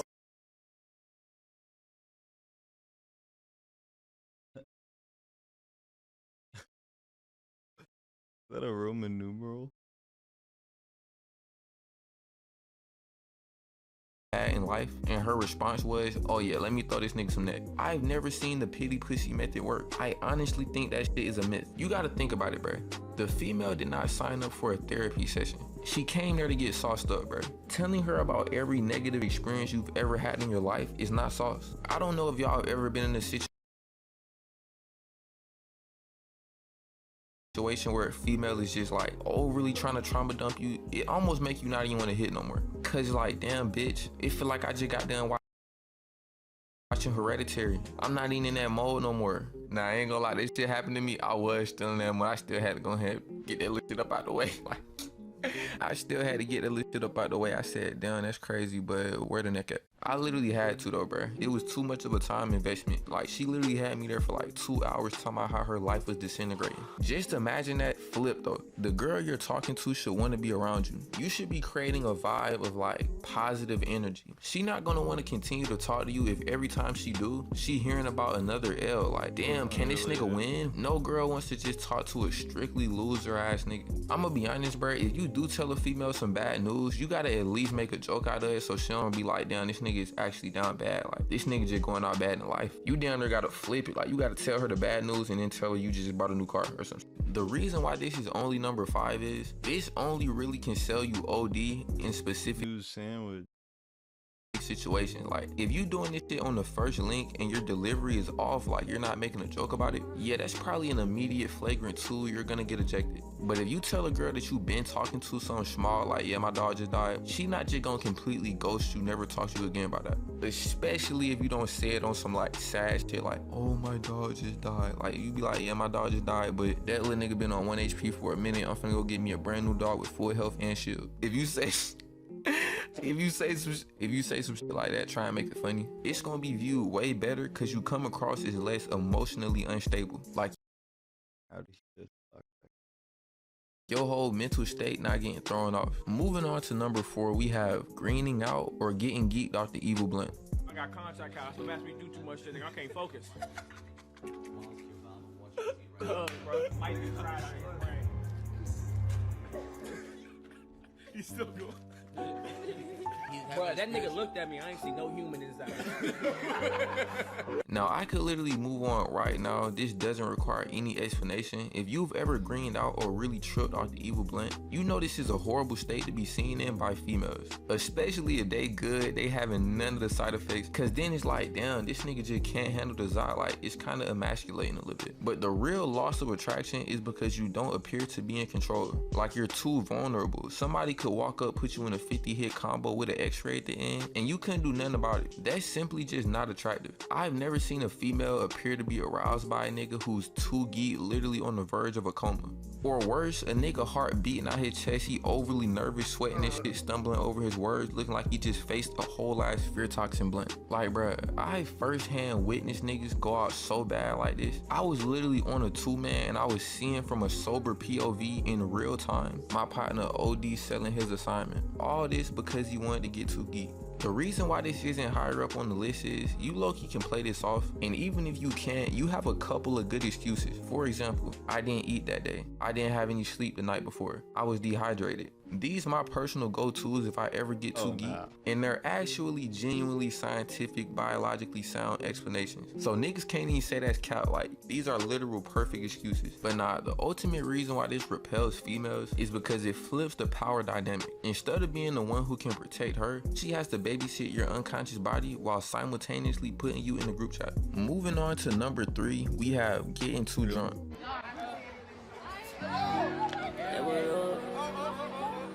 Can I see you as my crush? And when I dress, take you for I don't want love. See you in those. Keep me and you fly around like those. Sit on my door. She don't like me cause I'm a door. You're him. imagine going out this bad in front of the huzz. Now, you probably guessed this from the last one, cause it's down there like getting too geek, except it's 10 times worse. Like, the upper limits of how bad you can go out drastically increase. When you get too geek, you might throw up, but that isn't really a universal effect. Like, I never got too geek and just started throwing up on niggas. But when you drink too much, you're quite certainly finna throw up. Like, it's gonna happen. I don't care what your friend is telling you about drinking water or eating bread. That nigga has no knowledge of the human body. He learned that from TikTok. Not only are you gonna throw up, which is obviously a substantial loss in aura, but when you get drunk, your inhibitions are down, which basically gives you more confidence, which is good when taken to a healthy level, maybe 3 to 5 shots. But when you're on your 9th or 10th drink, you start to venture into the territory of having no shame, which is a horrible place to be in when you're trying to sauce up. Not to mention your motor functions are impaired, if at all functional, so you have to stay seated or take the risk of looking like Bambi. Bruh, this shit is genuinely so bad. I've literally been at kickbacks where I drunk a little bit too much, and I ain't even wait to start feeling nauseous. I literally just went to the restroom and slept there. Cause really imagine just throwing up OD drunk in front of the whole, like, bruh, that's... Yo, I would literally change my name, move to a different country, and have full facial reconstruction surgery. The main reason why females are not finna be messing with this is because niggas are supposed to have, like, control. Females kind of have it in their head that niggas supposed to be locked at all times. They can get drunk as hell and be throwing up out the car and shit, but you can't do that. If you do that, it's like, whoa, like, this is a man right here. Like, why is this nigga all drunk and loose? But I ain't gonna lie, I do see the logic. Like, it kind of makes sense. And you low-key shouldn't even be doing this shit anyway. Like, even if it was no hoes around, you shouldn't just want to be OD drunk like you a female.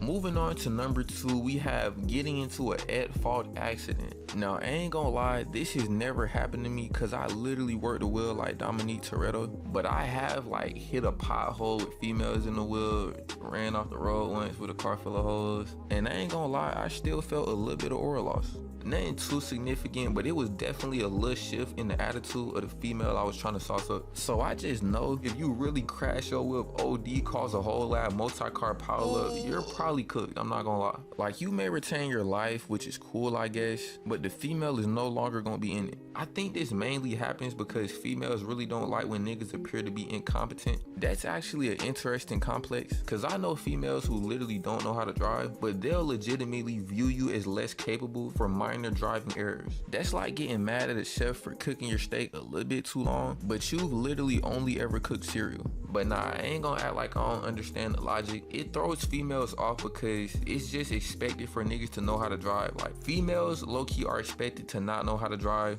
Like, the stereotype about females not knowing how to drive saves them. Like, it's supposed to be normal. If she fuck around, hit a curve, it's like, all right, I'm just a girl. But if you do the same shit, it's like, nigga, what is wrong with you? To sum that up, bruh, females are not gonna mess with this because driving is low-key a masculine competence test. And obviously females want competent masculine niggas. But alright, bro, last but not least, the number 1 worst thing you can do in front of a girl is get beat to a pulp. I promise you, I promise I'll ditch you. I promise I'll ditch you. On Jesus Christ. On Jesus Christ. On Jesus Christ, I'll ditch you. Is that why you stepping back? Oh, damn. Damn! Capture and put you a girl in a whole Mortal Kombat X-ray animation in front of your girl. Like, he really do you the worst way. You start having cinematic flashbacks. Next thing you know, you waking up, your girl asking if you okay. And we in the big 25, you know somebody gonna be recording. So now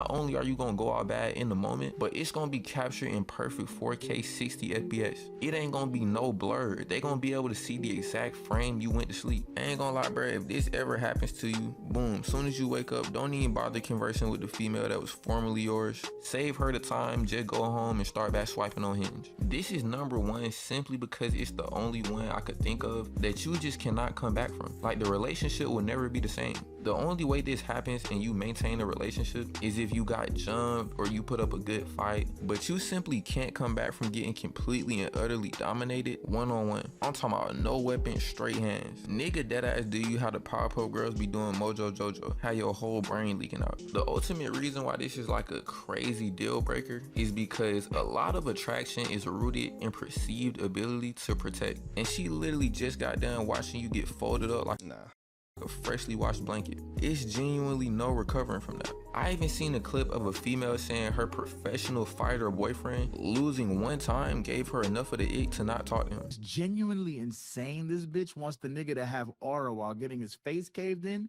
Imagine you just fought 12 rounds against a 6'4" Russian nigga and barely win just for your girlfriend to get the ick. Oh, now this bitch wants Rock Lee. Also, the comment said bro won. I'm just gonna trust these niggas ain't spreading misinformation. Nah, these comments was frying me though. I don't even know if dude lost. Like, I think I read a comment that said he even won the fight. I gotta find that video to fact check if bro won or not, but that'd be crazy if she left and he won. Like, bitch, this ain't Mortal Kombat. You can't literally flawless victory a nigga unless you prime Conor McGregor. And I think even he got hit when he knocked out Aldo. Yeah, she not living in real life. She expected that nigga to be fighting like Goku when he first landed on Namek. Like, what the fuck? I think this is something that's like really baked into female psychology, bro. I ain't gonna lie. But alright, that's all I got for this one. So this means smooth in sign language. You know how I go about taking smooth? Okay. Smooth. Smooth. Yeah. Two. Smooth. Two. I need to get my nails done. Okay. My bad. It's all good. Excuse me. Two. Smooth. Too smooth. Alright, bro. Getting girls in 2025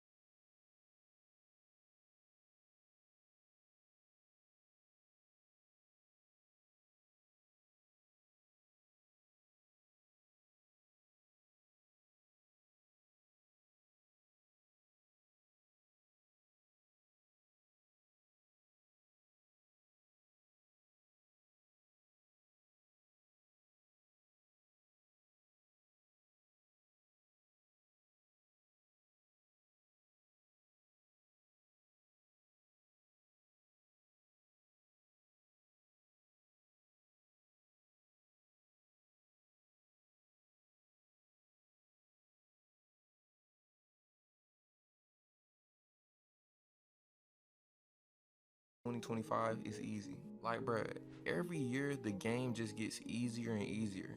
Ain't gonna lie, it's damn near not So this means smooth in sign language. You know how I go about taking smooth? Okay. Smooth. Smooth. Yeah. Two. Smooth. Two. I need to get my nails done. Okay. My bad. It's all good. Excuse me. Two. Smooth. Too smooth. Alright, bro. Getting girls in 2025 is easy. Like, bruh, every year the game just gets easier and easier. You didn't get that. Ain't gonna lie, it's damn near not even a skill gap no more. In the last 10 years, this shit deadass went from Hall of Fame to rookie. I really started noticing this shit when niggas who was 50 overall started scoring. Like, bruh, no bullshit, I started seeing the most lamest 65 overall raw prospect ass niggas having motion with hoes. That's really when I started to realize, like, bruh, something is like off. There's no way that everybody is having motion with hoes, bruh. Now, I'm not saying niggas is just overly having their way, bruh, but it's like, it's no more virgins no more. Like, really think about it. The virgins done damn near went extinct. Like, bruh, my most lamest, most bitchless partners done hit some shit. And this is some new shit, bruh. Like, I swear. 5 years ago, if you was a lame nigga, you just had to live with that shit and just accept the fact that you're not finna have no motion with hoes. Like, bruh, even the most socially awkward, lame, chopped, fat, short niggas is having just a little bit of motion with the hoe. Like, they might not be having their way overly, but you know what I'm saying? They doing a little something. Like, they not just completely in a drought. And I ain't gonna lie, bruh, I slick feel some type of way. Cause niggas used to have to spend real time in the gym, developing certain attributes, grinding for badges. Now, bruh, all you Like that clip. I need have to do to score is have tats and dreads. You can even be fat, bro. Like, the bar is very low. But look, after doing some extensive research, I think I understand why there's been such a big shift in the meta. I skimmed through the patch notes and shit, and I think I know what's going on. But before I explain to y'all why the game has become so easy, y'all already know, bro, I need y'all to go ahead and like the video. Now I know it's at least one nigga out there thinking to himself, why should I like the video? Which really is some hating ass shit. Like, bro, it really don't cost nothing to show a nigga some love. But nah, the real reason why you should hit the like button is, after watching this video, all the misconceptions you have about how difficult it is to score with females is finna go out the window. The type of niggas I be seeing hitting hoes, bro, is like, you don't need shit. But nah, now that everybody liked the video, let's go ahead and get into it. I'm not finna even stretch this shit out too much, pause. The first and arguably most impactful reason for this shift in behavior that we see out of women is the music. I'm finna make a similar point to the one I made in my thug maxing video, but I ain't gonna count, bro. I'm finna go in way greater detail. Now, if you haven't been living under a rock for the last couple years, you'll know that the state of women's music has made a drastic shift. Like, bruh, in the grand scheme of things, female rap just got on. Like, up until recently, females were more so captivated by like the singers or the R&B artists. But somewhere along the lines, it was more of a shift to rap. And I think that shit started with Nicki Minaj, bruh. Like, she low-key opened up the floodgates for this shit. And somehow, bruh, the shift in the popular genre also came with a shift in popular subject matter. Simply put, bruh, the songs and the character that went along with these artists just got way more sexual. And I know somebody in the comments finna be talking about, oh, this shit been around, like female artists been talking about this explicit shit. Like, bruh, I want y'all to understand, this shit is true to a very small extent. Like, okay, maybe the subject matter was sexual, but it wasn't nearly to the extent of today's music. Like, bruh, the shit that's coming out now probably couldn't even go on the radio back then. Like, I want y'all to understand, bruh, female music went from got me looking so crazy right now, your loves got me looking so crazy right now, got me hoping you'll page me right now, to young hot nigga, he a little slow, but it's aight. Love a young nigga cause they beat the coochie right. But it bitch said, you bitches better hide y'all niggas before I fuck them right. Cool ass bitch, my young nigga think I'm tight. Yo, bro, ain't gonna count. A nigga cannot debate me that these lyrics is not more explicit, bro. Come on. And niggas might be saying, oh, you're cherry picking. My nigga, me and you both know that I can find worse lyrics than this. This is literally just some recent shit that Sexy Red recorded on Max Stream, bro. Like, this the first shit that popped up. But nah, also, bro, I want y'all to notice, not only did the lyrics change, but the imagery and music videos behind these artists changed as well. Like, bro, it's the first y'all to know. Not only did the lyrics change, but the imagery and music videos behind these artists changed as well. Like, bro, look at this shit. These bitches can't even shake no eye. Like, but if you look at the Sexy Red video, bro, like, this bitch graduated. Like, she got a degree in shaking eye. And she ain't even really got too much eye to be shaking. Like, I mean, I don't know, bro. This shit is pretty clear cut to me. Like, the musical talent does not matter anymore, bro. It's literally all about sex appeal. Bro, just look at Ice Spice. Her popularity directly correlates to how thick she is in that moment. Not only has there been a push for more scrammed out behavior, but there has also been a huge shift in the dating strategies described in the music. Simply put, bro, the quality of nigga that females are typically willing to deal with has drastically decreased. Just so niggas can get a better representation of this, bro, let's go to some lyrics. Alright, bro, I'm pretty sure everybody is familiar with this TLC song, No Scrubs. The title really speaks for itself, bro. Like, I don't have to dive too deep into the lyrics. The main thesis of the song is, I'm not dealing with a nigga that's like broke or lame, you know what I'm saying? This would imply that niggas have to be at a certain level to even deal with them. Like, niggas gotta be at least a little bit calm. They ain't letting no 65 overall score. Now, if we look at the lyrics for Looking for the Hoes by Sexy Red, it's like, this shit down there is like reverse. Like, it's like she did this shit on purpose down there.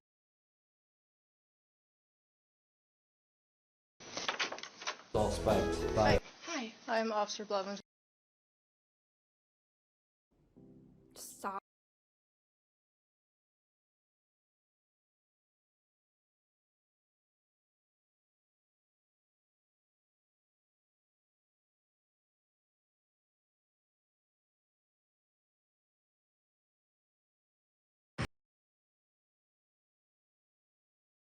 The main hook of the song is shake that asshole on looking for the hoes. This shit does not imply exclusivity to me. TLC is basically making a song about standards. This song is literally like throwing that shit out the window. Like, you don't even have to really be too paid or too handsome or too hygienic. I'm literally just looking for the hoes.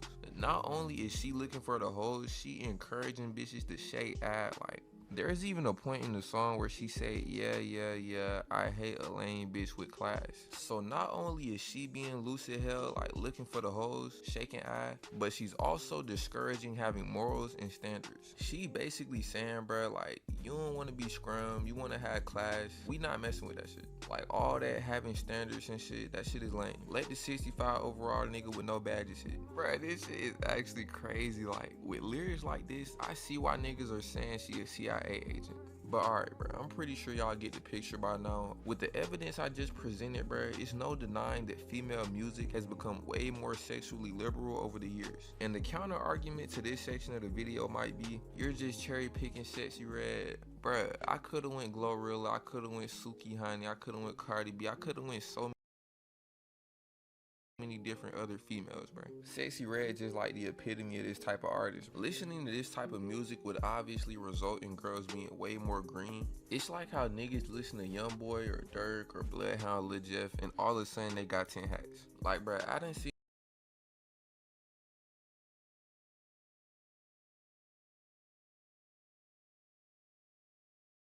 Got the paddock on my wrist, doing front flips, giving you my number, but the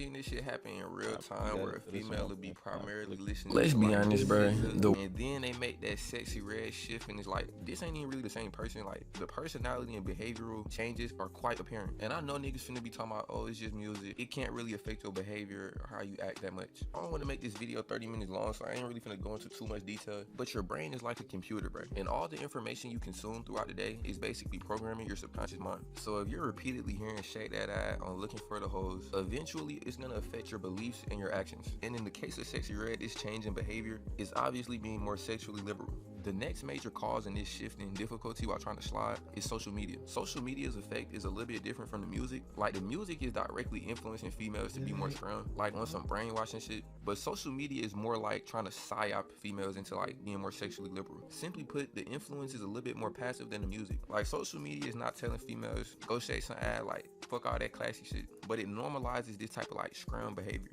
Like, I might be scrolling on reels and I see a female like admitting to some crazy scrum shit. Like, never before in history was females this forthcoming with their scrum escapades. Like, the whole lore was really kept secret and they only would reveal that knowledge when they thought y'all was locked in enough to where you wouldn't even mind. It's like, they don't give a fuck no more, bro. Yes, I went to Miami Spring Break, caught 5 bodies. Yes, I went to Orange Crush, caught 10 bodies. Yes, I got a train around on me. Like, that shit normal now. For my visual learners out there, I'm finna show y'all a couple videos so y'all can kind of get the picture of what I'm talking about. What if I want to get my back blown out in peace? You think I got time to talk about a divorce that's a year old? Brother, what's that? What's that, brother?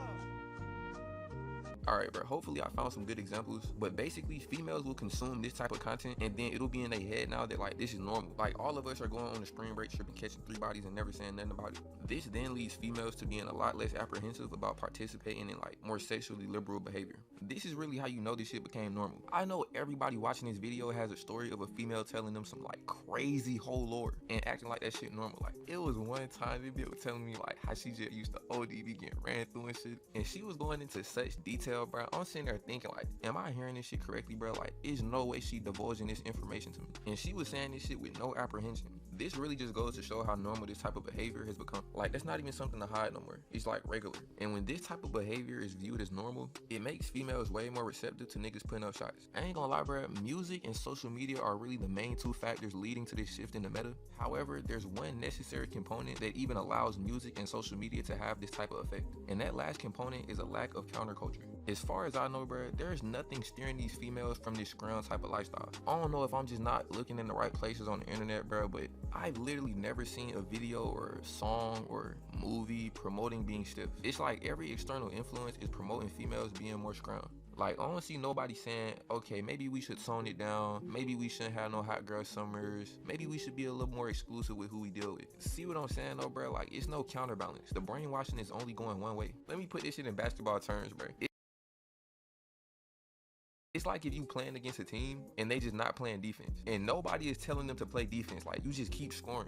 It's like Coach Teddy Ho put a hand up, like, this shit getting too easy. All of the sexy red and like the social media influence is slowly but surely lowering the defensive stats for all the females across the globe, or at least the ones that's consuming this type of content and not being conscious of the effects it's having.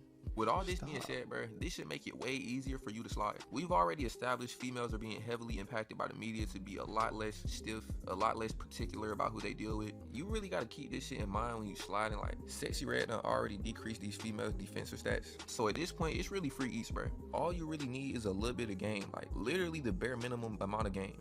And summer right around the corner, bro. It's getting back hot outside. That's an immediate -10 to all defensive stats anyway. This the perfect time to get into the gym, get a couple of practice shots up. But nah, bro, on a serious note, like, great power comes with...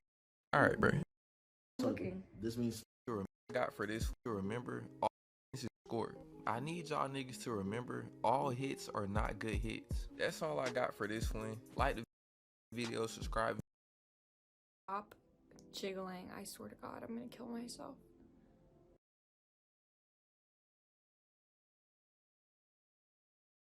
What?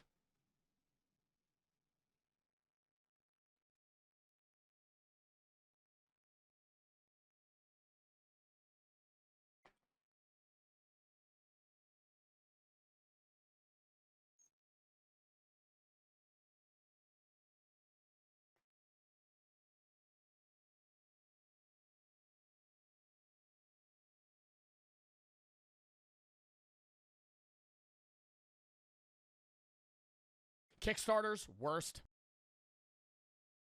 Did I watch Welcome this? back to the Papa Meat channel. How you doing? How you doing? Keep it settled down because today we're going to be talking about Kickstarter. Crowdfunding websites. Kickstarter's worst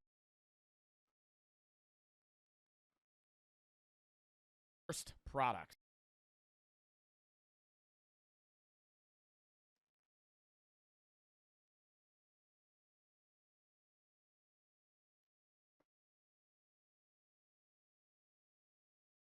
Welcome back to the Papa Meat channel.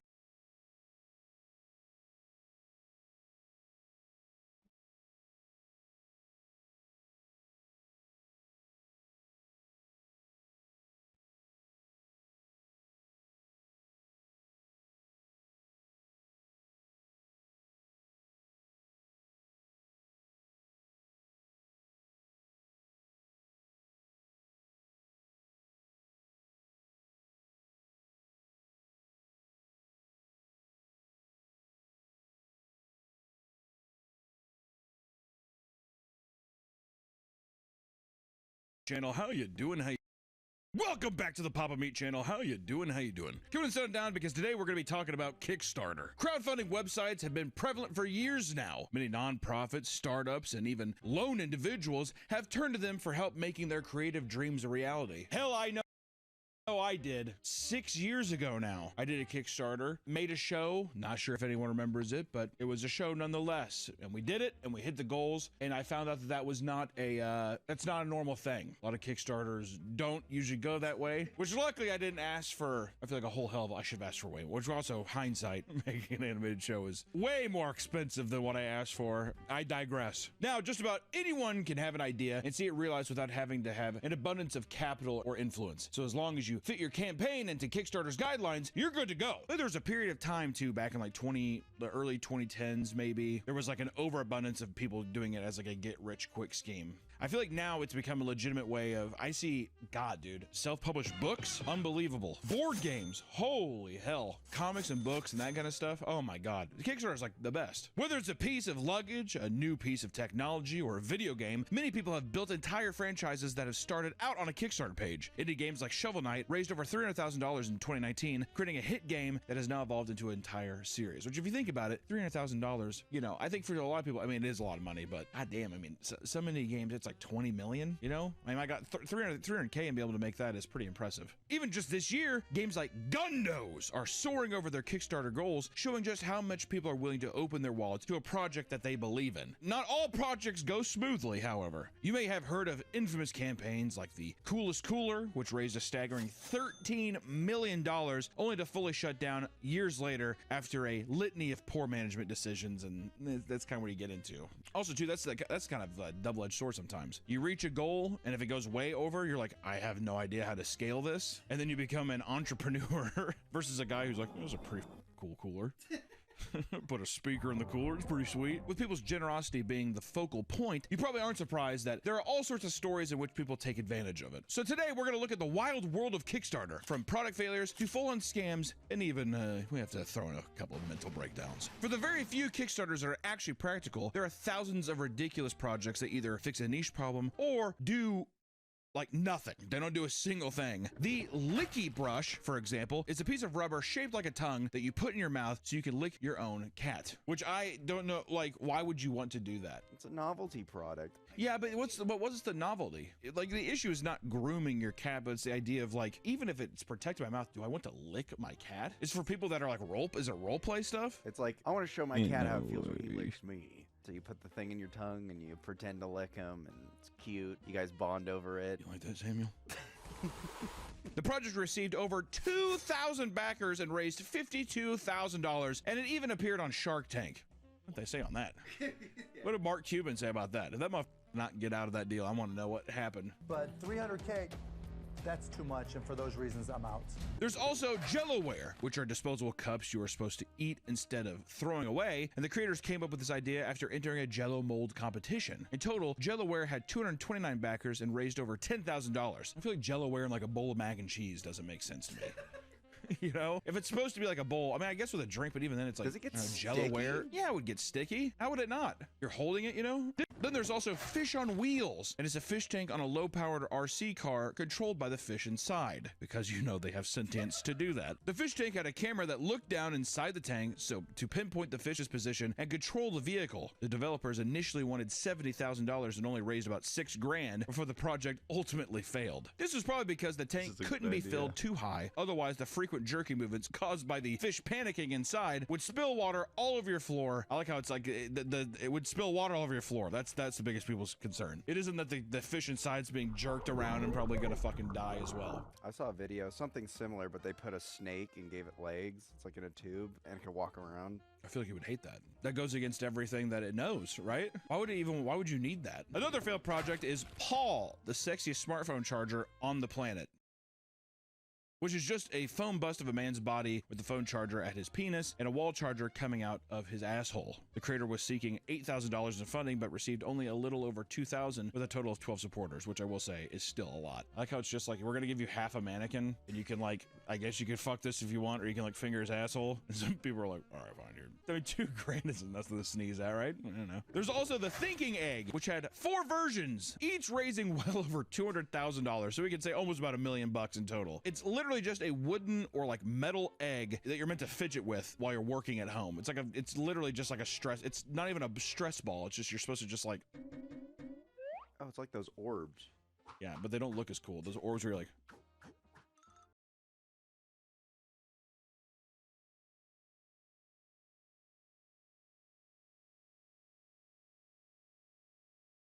Fushigi, bro. Fushigi! Hi, I'm Tim Goey, and this is Fushigi. You can make Fushigi defy gravity and appear to float in midair with maneuvers like the prayer cross, the enigma, levitation, and so many more. From basic maneuvers to the advanced, even control more than one Fushigi at a time. You can order Fushigi the Magic Gravity Ball for $19.99. And when you order, we'll send you a free DVD that will teach you to unlock the secrets of Fushigi. Just pay processing. Must be 18 years or older to order. You can go online to fushigiball.com.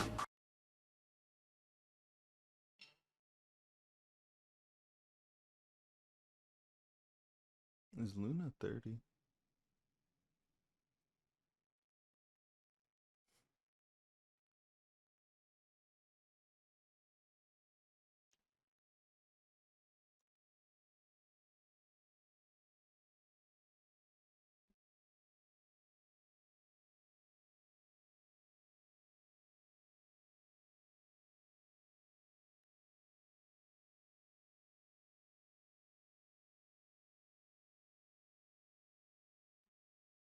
Got a paddock on my wrist, doing front flips, giving you my number, but the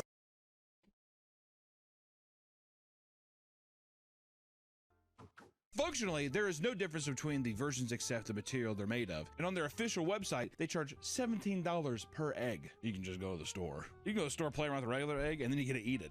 That's like, just to be honest, I mean, like, if you're talking practicality and stuff, and if you're like, well, I mean, the convenience of it, I'm like, you can just get a carton of eggs. How often would you play with the egg? And at that point, too, you know, dude, I'd get like, you can get anything. You can get an orange, you peel it and eat it. Like, oh, my fat ass is just like, can you even eat the egg? You can't eat the egg. Get a chocolate egg. Eat the chocolate egg. Yeah, a little Kinder egg with the cream in it. I never liked the Kinder eggs, I'm being honest. Yeah, the cream is not, like, burns my mouth. Well, it doesn't burn my mouth, but it, like, I don't know. It's like, so, it makes me so thirsty. You know what the ones I didn't like was the chocolate oranges. You like the peels? I never tasted that good, did it? Was this just...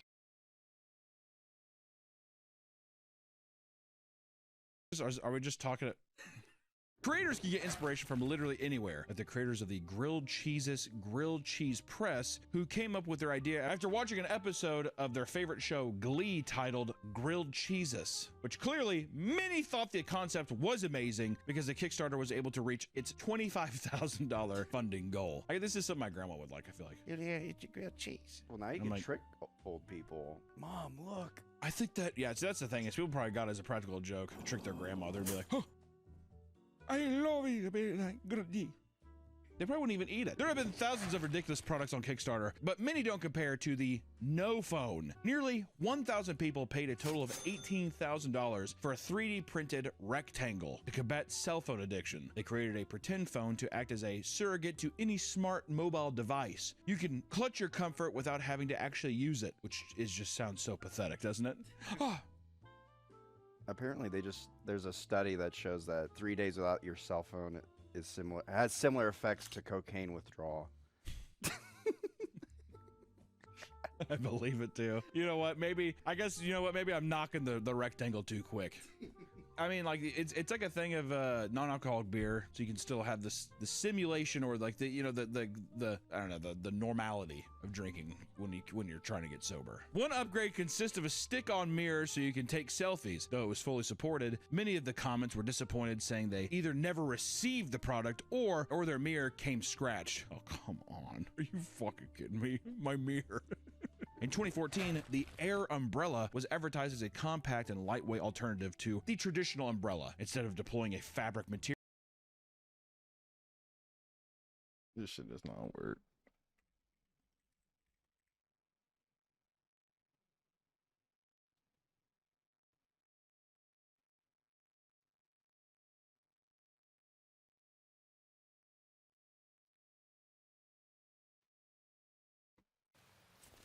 Using umbrellas can be impractical when it rains. Users can collide into other umbrellas. Strong winds can turn umbrellas inside out. My ear. A French student has come up with an umbrella which uses only air to shield users from rain.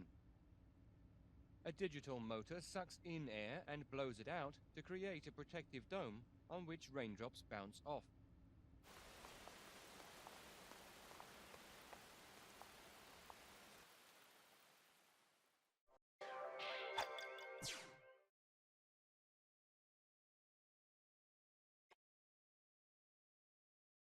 material to protect you from the rain, it would instead blast a circular stream of air that would keep you dry without taking as much space. Does it mean it's just like above you? Yeah, so like the rain comes with like. At that point too, I mean, like, is an umbrella that invasive? Also, how loud is that? I mean, to make it an actual dome, it would have to be insane. It would be insanely loud, right? The design wasn't without flaws, however. No. Not only would the battery life only be between 15 to 30 minutes, but one could assume that the water being pushed away from you would just be fired onto everything in the person's vicinity, aka the people all around you, or I mean, everything's getting wet beside you. And as it turns out, these initial problems were far too difficult to rectify, and fears of it doing harm to customers led to them being unable to release the product. They would issue an apology and attempt to refund their supporters, but delays in doing so would cause a tidal wave of furious backers, labeling them as scammers. I mean, we'll try to get there. I'm not doing it. They are assuming people will just forget. It's been 10 years. I mean, come on. Yeah. 100 grand. I mean, there's got to be some crazy backers in there. With all of these, there's like, you know, like $10,000 reward tiers. I have a feeling it was like in a metal tube. Like the thing's gonna lodge into your neck. Some Kickstarters can feel downright pointless. For example, a Kickstarter campaign titled "We Demand Peace in the World Now" details the development of a smartphone app that will bring everyone together. Basically, people would download the free app to show that they demand peace in the world. And according to them, the app would feature their song "We Demand Peace in the World Now" and a video of Peace Flash Mob, which honestly I think could do nothing but spread more hate. More vitriol. If I saw that video, I'd be like, I think the world's in a pretty fucking good place. If this is what peace in the world, I don't want that. If that's what peace in the world is, no thank you. Their goal is to have people around the world memorize this dance as well as the lyrics to the song, so they can start organizing their own flash mobs to spread the idea of peace. Their ultimate goal was to convince people to all do this song and dance one Saturday a month for at least a year in cities all across the world.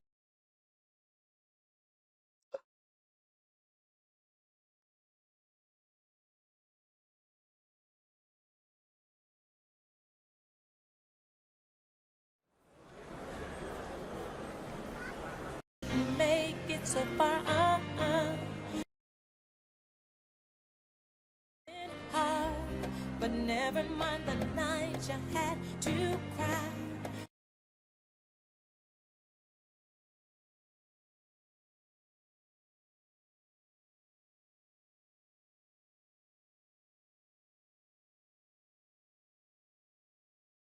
That's why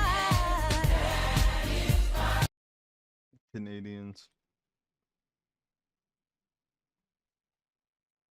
This way, they could tell their government that they will not tolerate any of the wars, and the fighting and killing must stop now! Despite their best efforts, only 18 people backed the project. Out of the $30,000 they wanted for this app, only about $2,300 was raised. Which also begs the question as well, Nick, instead of it being an app, couldn't this just be a YouTube video that you hope goes viral? We can't make money on it that way. Exactly. How am I going to make the ad money from the app? Make the ad money on the app, and then also, yeah, is it really a movement if people don't have it downloaded on their phone? That kind of stuff. I mean, think about how bad flash mobs already were. I mean, who wanted that? Whoever saw a video and they're like, okay. People don't realize this, but we're about ready to transform this busy square into a dance party. Well, it's because of High School Musical, I bet. Like what? They saw High School Musical was so popular, so it's just like, let's just bust out in song and dance in the middle of. When you're in high school, did you guys film a flash mob for your senior?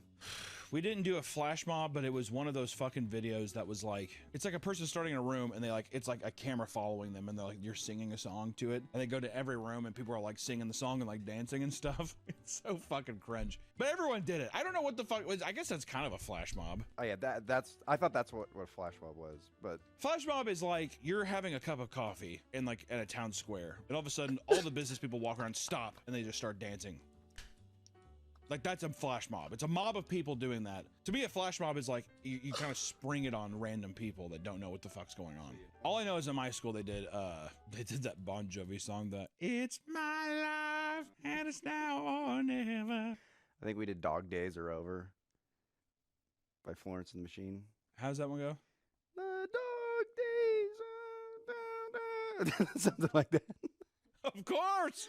That's the dog days, dog. And 2013, Doug Evans created an exciting product called Juicero that drew in a total of $120 million investments for Juicero. All right, That was a scam. main product, the Juicero Press, was essentially a fancy juicing machine. The catch is that the machine was only designed to work with Juicero's own branded product packs, which were fairly expensive for what they contained. Customers would pay for a subscription fee of $35 a week to regularly obtain these produce packs. $35 a week? The machine itself was overly complicated, requiring a Wi-Fi connection at all times to operate it, and each packet contained a QR code, which needed to be scanned by the machine and confirm that it was both an official Juicero brand packet that wasn't expired. Which also, what kind of fucking Apple bullshit is that? You have to have Juicero packs. You can't throw a goddamn orange in the thing and it'll work. Also, is this like a juicer for spacemen? A pack of goods? Their whole thing was like, it's freshly squeezed, but it's in a bag. And all the machine does is just squeeze the bag.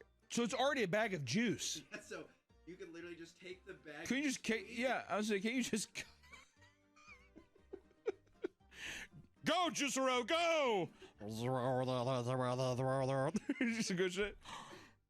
My orange juice! At launch, the product cost a whopping $700. While the product was doing all right during its initial launch, they were still losing money due to the high cost of producing it. What is this machine made out of, dude?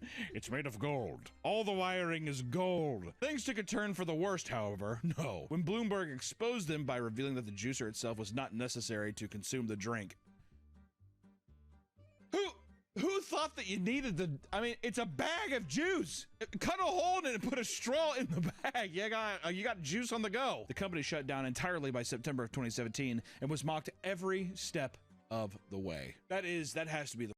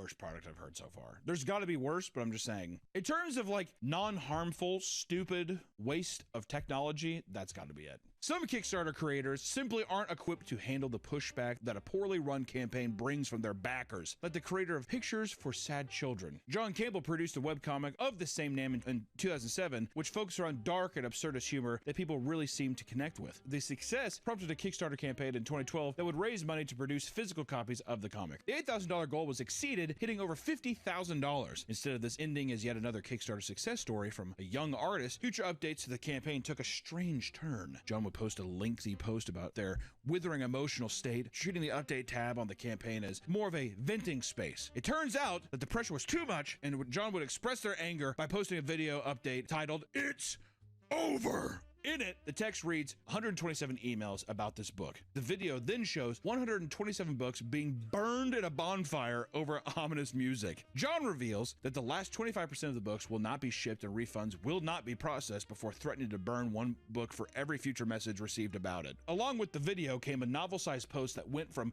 long personal stories to criticisms of capitalism. One quote reads, "If you would like a refund, please contact a fan of my work directly for your money. This is where the money would come from anyway.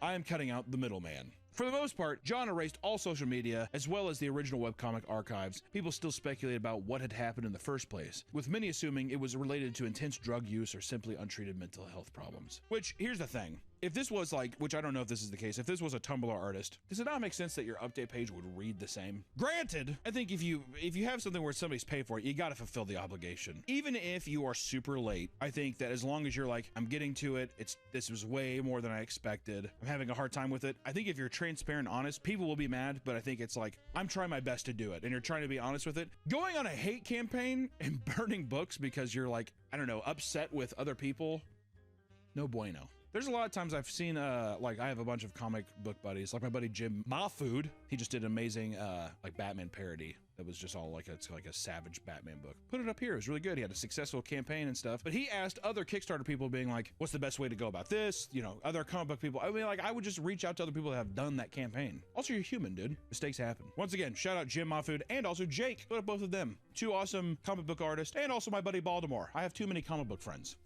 But I've known these people for a while, and I love all of them. Baltimore, there's his art. It's very good. His comics are very good. Jake, he does a lot of my storyboard art, but also he's an amazing comic artist. And Jim, there you go. Watch out for their Kickstarters. Maybe they have one. I feel like a lot of the Kickstarters, it doesn't matter. Who gives a shit? Outdoors for Everyone project was a failed Kickstarter created by David Mills. His goal was to allow old, disabled, or underprivileged people to enjoy beautiful nature settings they could never visit. Not by taking them there, but by creating gigantic, high-quality prints they could look at, which... it sounds pretty silly, but I can see that being like a noble cause. You'll never go there. I mean, you look at that, it's pretty, right? You'll never be there, but this is kind of like it.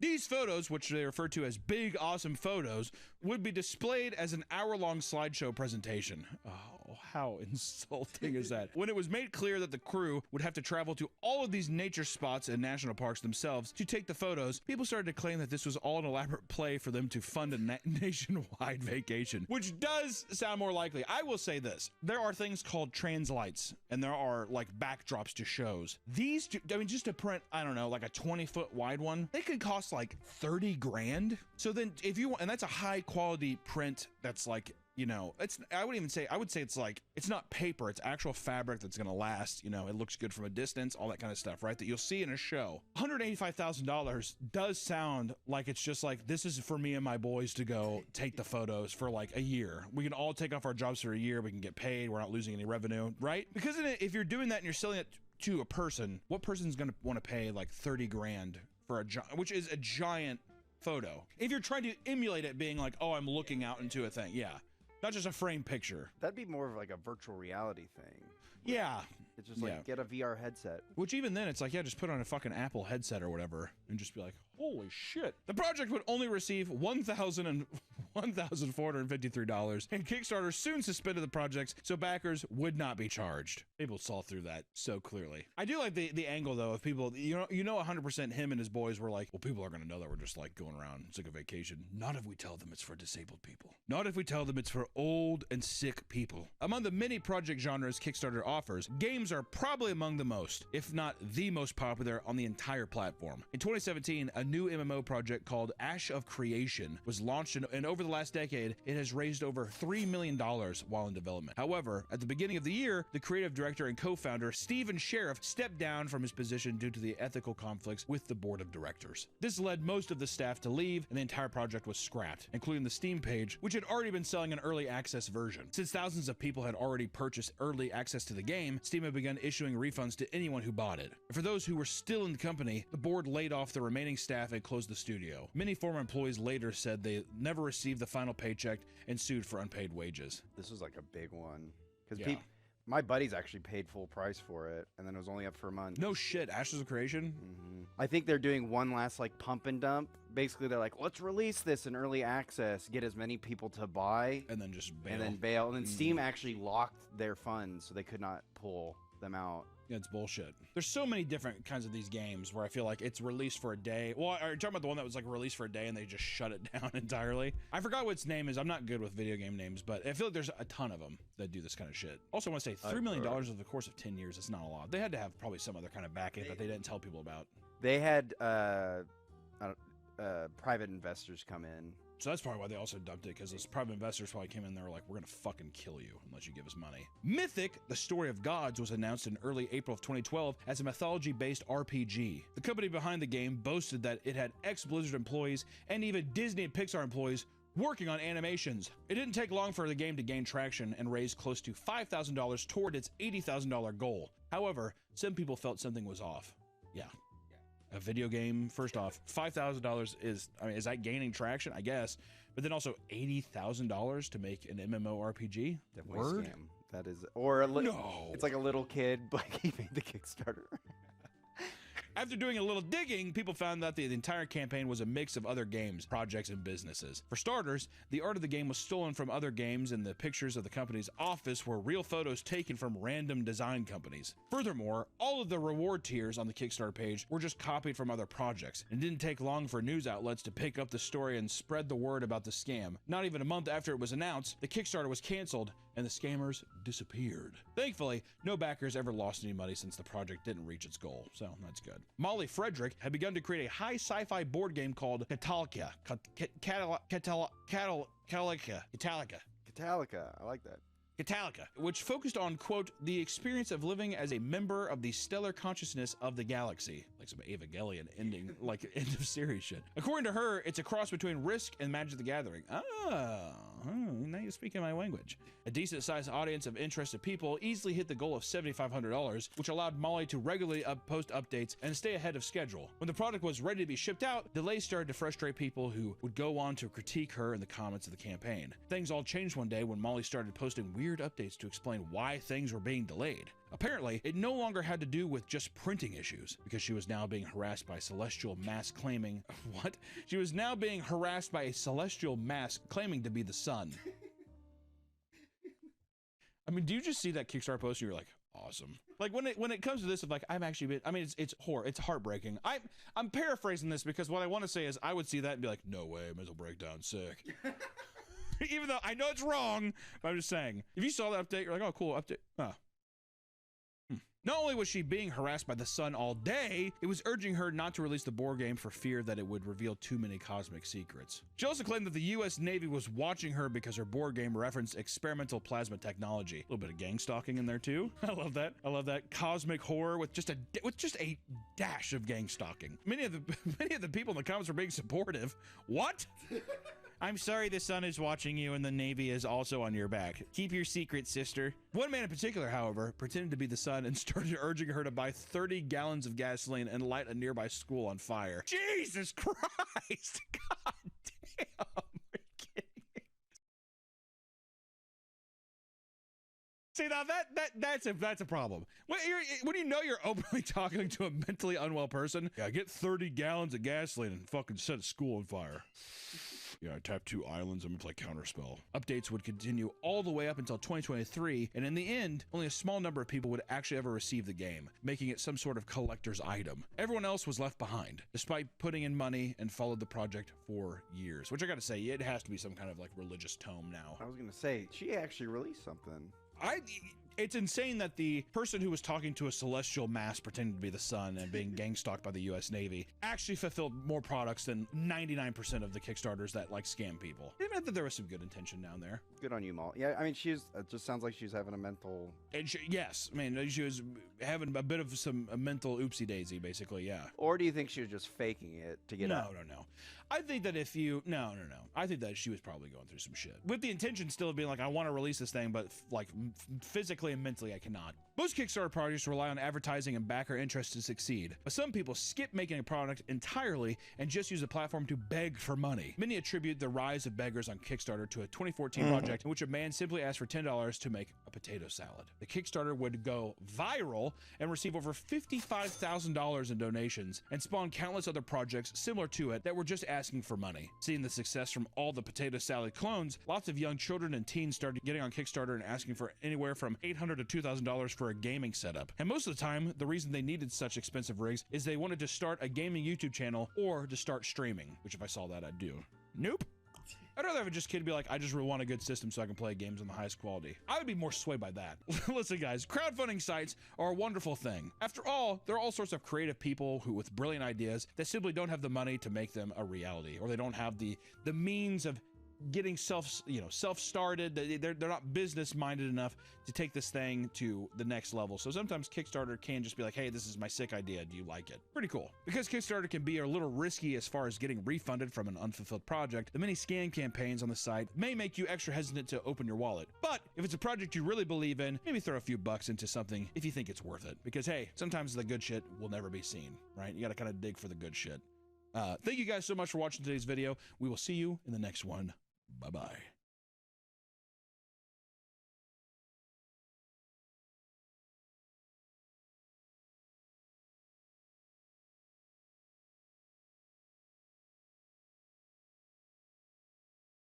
Have you ever wondered what it might be like to live an average life in the land of Skyrim from the hit 2011 video game Skyrim? Like if you had to work a Skyrim job, live in a Skyrim house, and eat Skyrim food, what would that look like? I wanted to figure that out, so I came up with a little experiment. I'm going to live for 3 straight weeks in Skyrim. I mean, I'm gonna pick the most average job and do it every single day for hours at a time. I'm gonna pick the most average house and go back there every single night to sleep. I'm even going to purchase real-life foods that match what I'd actually have available to me in Skyrim so that I have average Skyrim nutrients flowing through my body. And I'm not just going to do this casually. In order to get completely detached from my reality and completely locked into Skyrim's, I'm going to black out every window in my house, cover up every clock, and do the entire thing in one sitting, which, because Skyrim's day-night cycle is 72 minutes long, is going to take more than 24 straight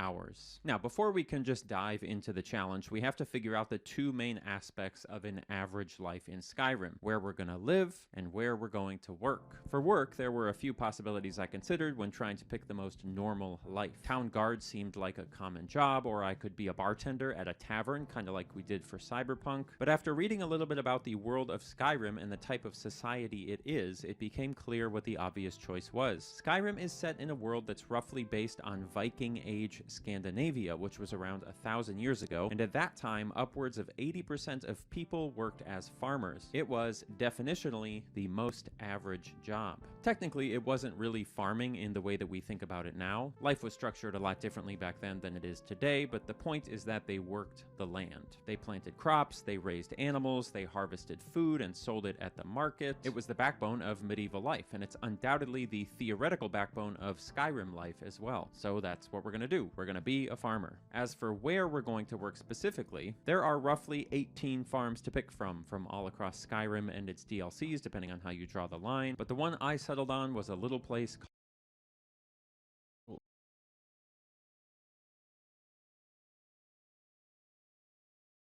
Happy 420 to all my smokers out there. High key, a day better than Christmas. My fault, Jesus. The only day a year where a smoker can spend $100 on weed and not stress that they smoked it all in one day. Shout out to Waldos for coming up with this term. They found an abandoned cannabis crop farm and decided to pick the cannabis after school and decided the time 420 was the best time to do it, which, side note, is hard as hell. While the rest of your classmates are doing sports, jobs, theatrical or music activities, you and your friends are out there getting the gas for free. Anyways, they then later decide to use it as a code of smoking marijuana, but how it became mainstream is they started hanging out with this band called the Grateful Dead, and they would use the slang pretty much often. Then sometime in the 90s, a reporter named Steve Bloom for the High Times magazines pretty much stamped 420 as the day to smoke weed. And since 1991, April 20th has been stamped as the day to smoke gas. But when coming up with the idea of what to talk about in this video,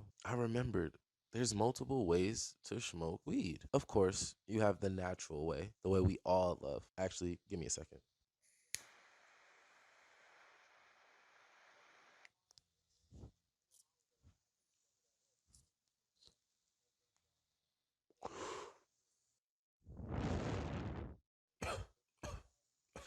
There we go. I had to get right for the occasion type shit.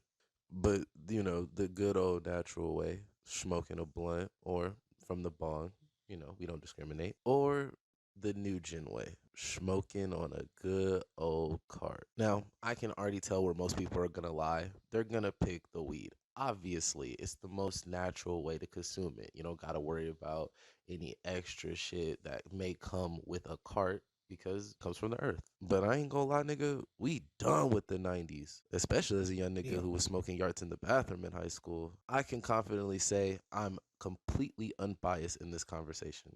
So let's get into it. If there was one thing that we can all give cart is accessibility. It's just easy to get a cart as well as it's easier to just smoke a cart. To be frank, a lot of people, not me, can't roll. Also, a lot of people may not have the best connect when it comes to getting plugs. Also, all the things you need to get to assemble a blunt, it just be too much low key. Like you need papers, leaves, or woods, maybe some grappa for all the niggas who want to punch, and a lighter. And hell, 90% of the list, you need to be over 21. It is low-key easier to just get a cart from an older brother or get a yart from a nigga in school. Also, you can just smoke the pen anywhere. Because there isn't really much of a smell, you could get away with smoking cart pretty much anywhere. You at work, you need a little bit of a uplift, take a few blinkers in the back. You bored at school, take a couple blinkers in the stall. You out in public with friends, pull out yart and start chiefing, gang. And I'll say this, I've had more booth weed than I've had booth carts. That's all I'm gonna say. Now, in terms of getting high,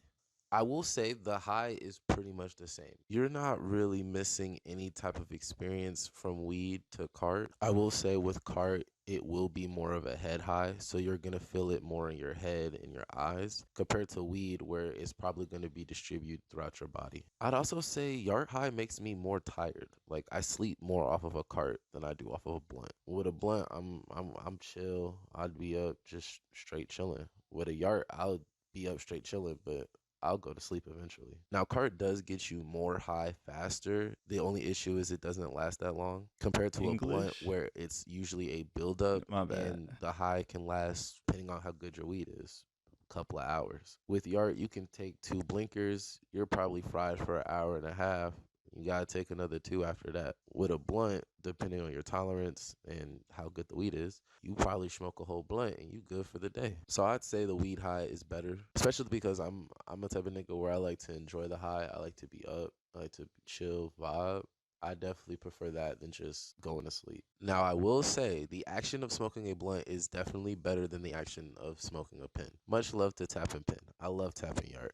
But not gonna lie, it's just too rough on the throat. You gotta have chaser with cart. Blunts more often than not are just gonna pull more smooth. And even blunts that punch, like even the blizzies that really hit a motherfucker, I'd still rather take that than how rough cart is. Though regardless, if you are gonna smoke, please make sure you bring a bev. I don't care if it's a water, a Gatorade, an Arizona. It could be Flint tap water. All I care. Just make sure you're hydrated, especially in the box, boy. And speaking of box is officially the best way to consume cannabis. Whether it's alone or with your homies, box in a car or room or house, it's just so fire. And for those who don't know what a box is, essentially it's where you're in an environment, say your room or your car, and you pretty much do not allow the smoke to escape said environment, allowing the smoke to build up in the air. So while you're smoking, you're pretty much breathing back in the weed. Super efficient, and I'm not gonna lie, I feel like it gets you more high. Maybe it's just me, but I definitely feel like you get higher in a box. Now, technically, you can box with a cart. Like, I've done it before. I've boxed the bathroom. I've been in a bathroom where others have boxed with cart. I've even boxed a car before, but it's just not the same. We just don't hit as hard. Overall, weed is better, though. I ain't gonna lie. Personally, I would not mind if I had a cart and not a blunt. Like, I'm not tripping. Like, if I woke up and I only had my pen, I'm not finna crash out. But would I rather have a blunt? Absolutely. But regardless, no matter how you decide to enjoy the cannabis, whether that's dabs, bong grips, pipe pulls, blinkers, or just a good old-fashioned bluntski, enjoy yourself in this wonderful holiday. And enjoy responsibly. Though I feel like I don't have to say this to weed smokers. Not too much on my tweakers or my drunks, but I just feel like I don't have to say this to weed smokers. Don't smoke with everyone, but if you do smoke with someone, make sure they got no diseases. And make sure you puff pass, nigga. Don't get caught chiefing the blunt. You will get smacked. And most importantly, make sure you get absolutely fried. But anyway, much love, much peace. I need to finish this before I partake in the activities.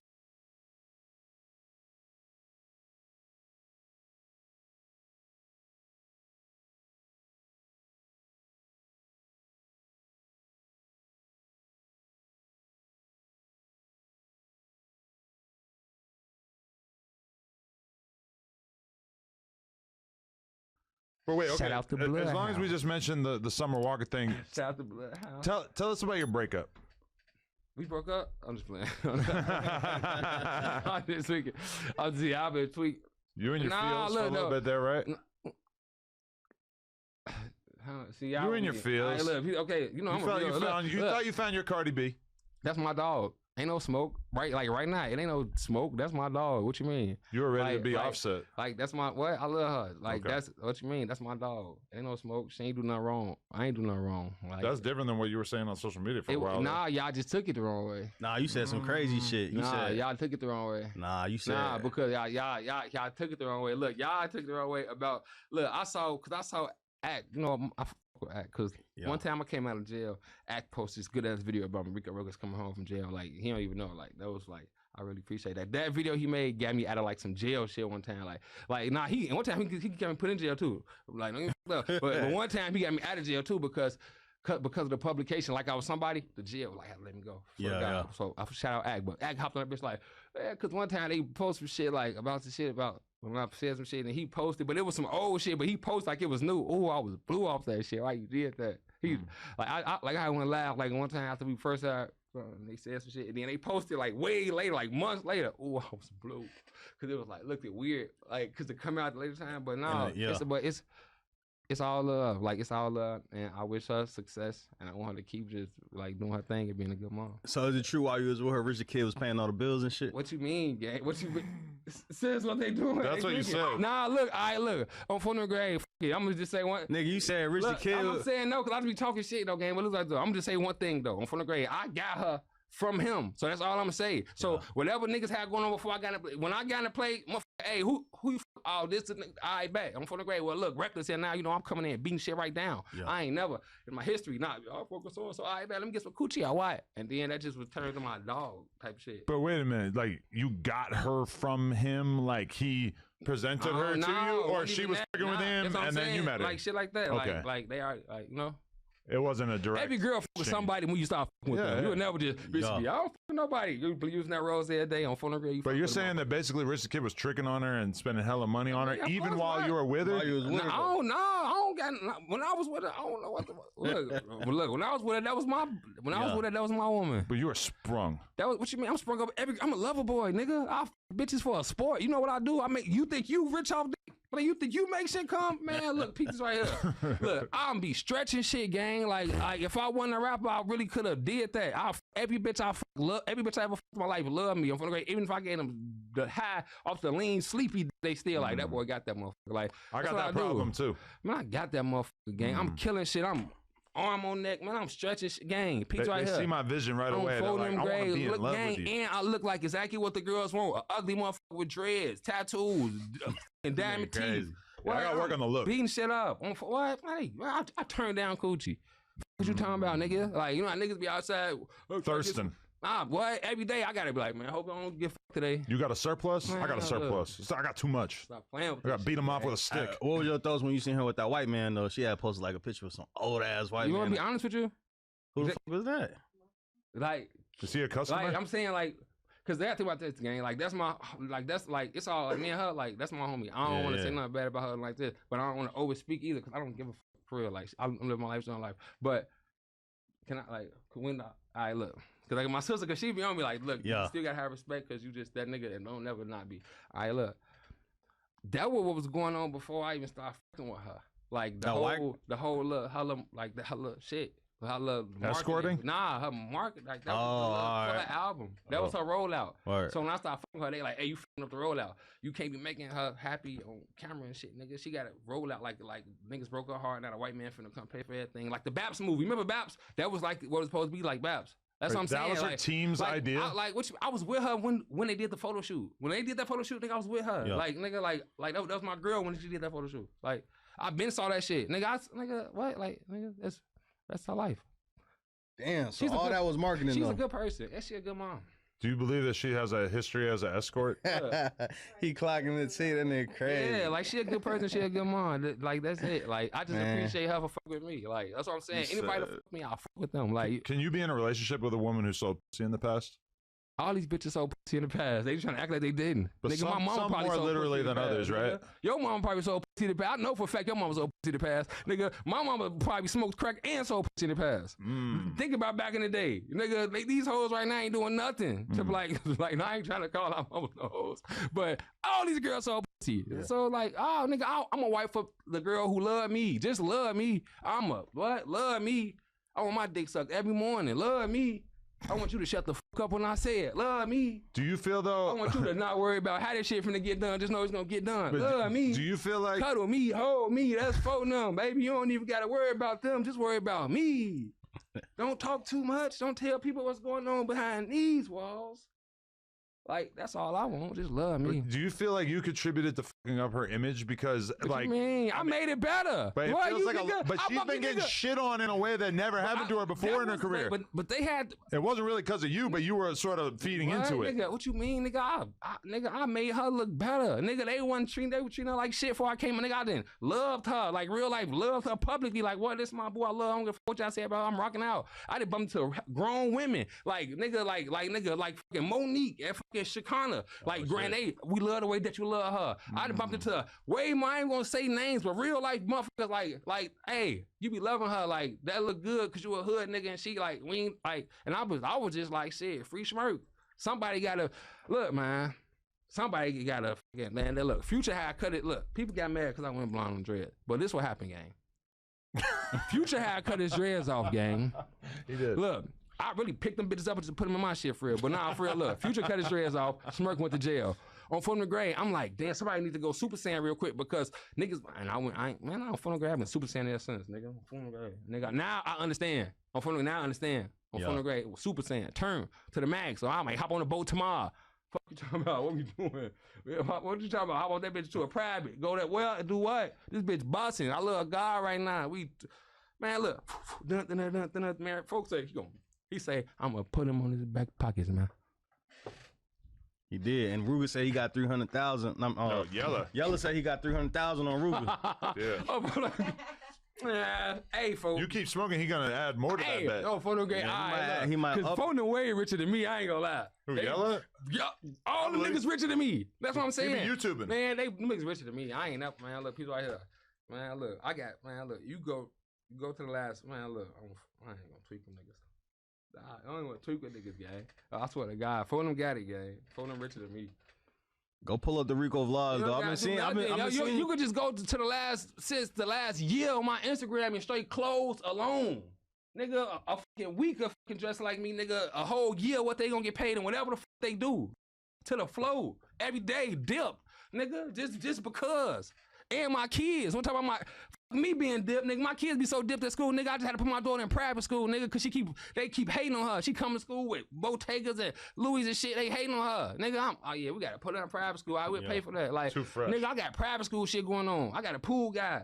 Man, I lapped them niggas. Like Got a for real, pool guy. gang. Like no, like I really lapped them so bad that like.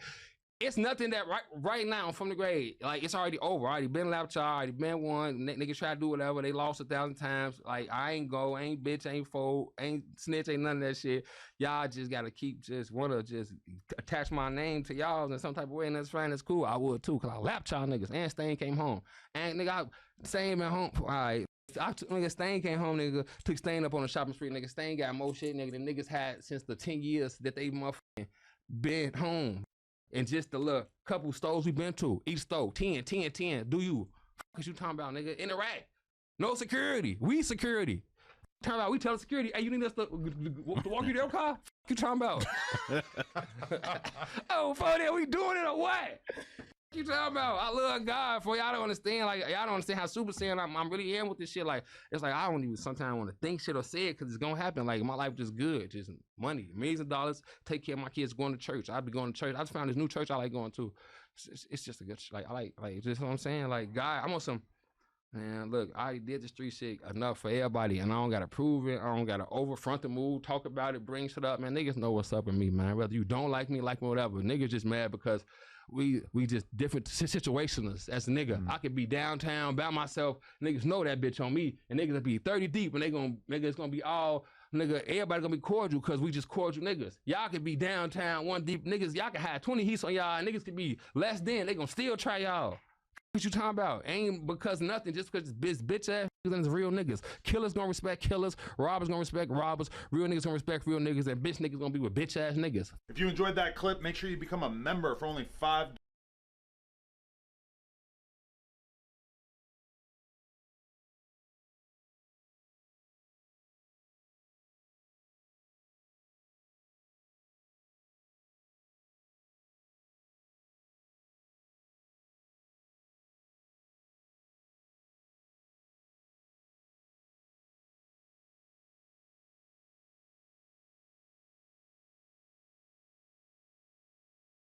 A month. It really helps support us, and it also gives you early access to all of our content. Let's go.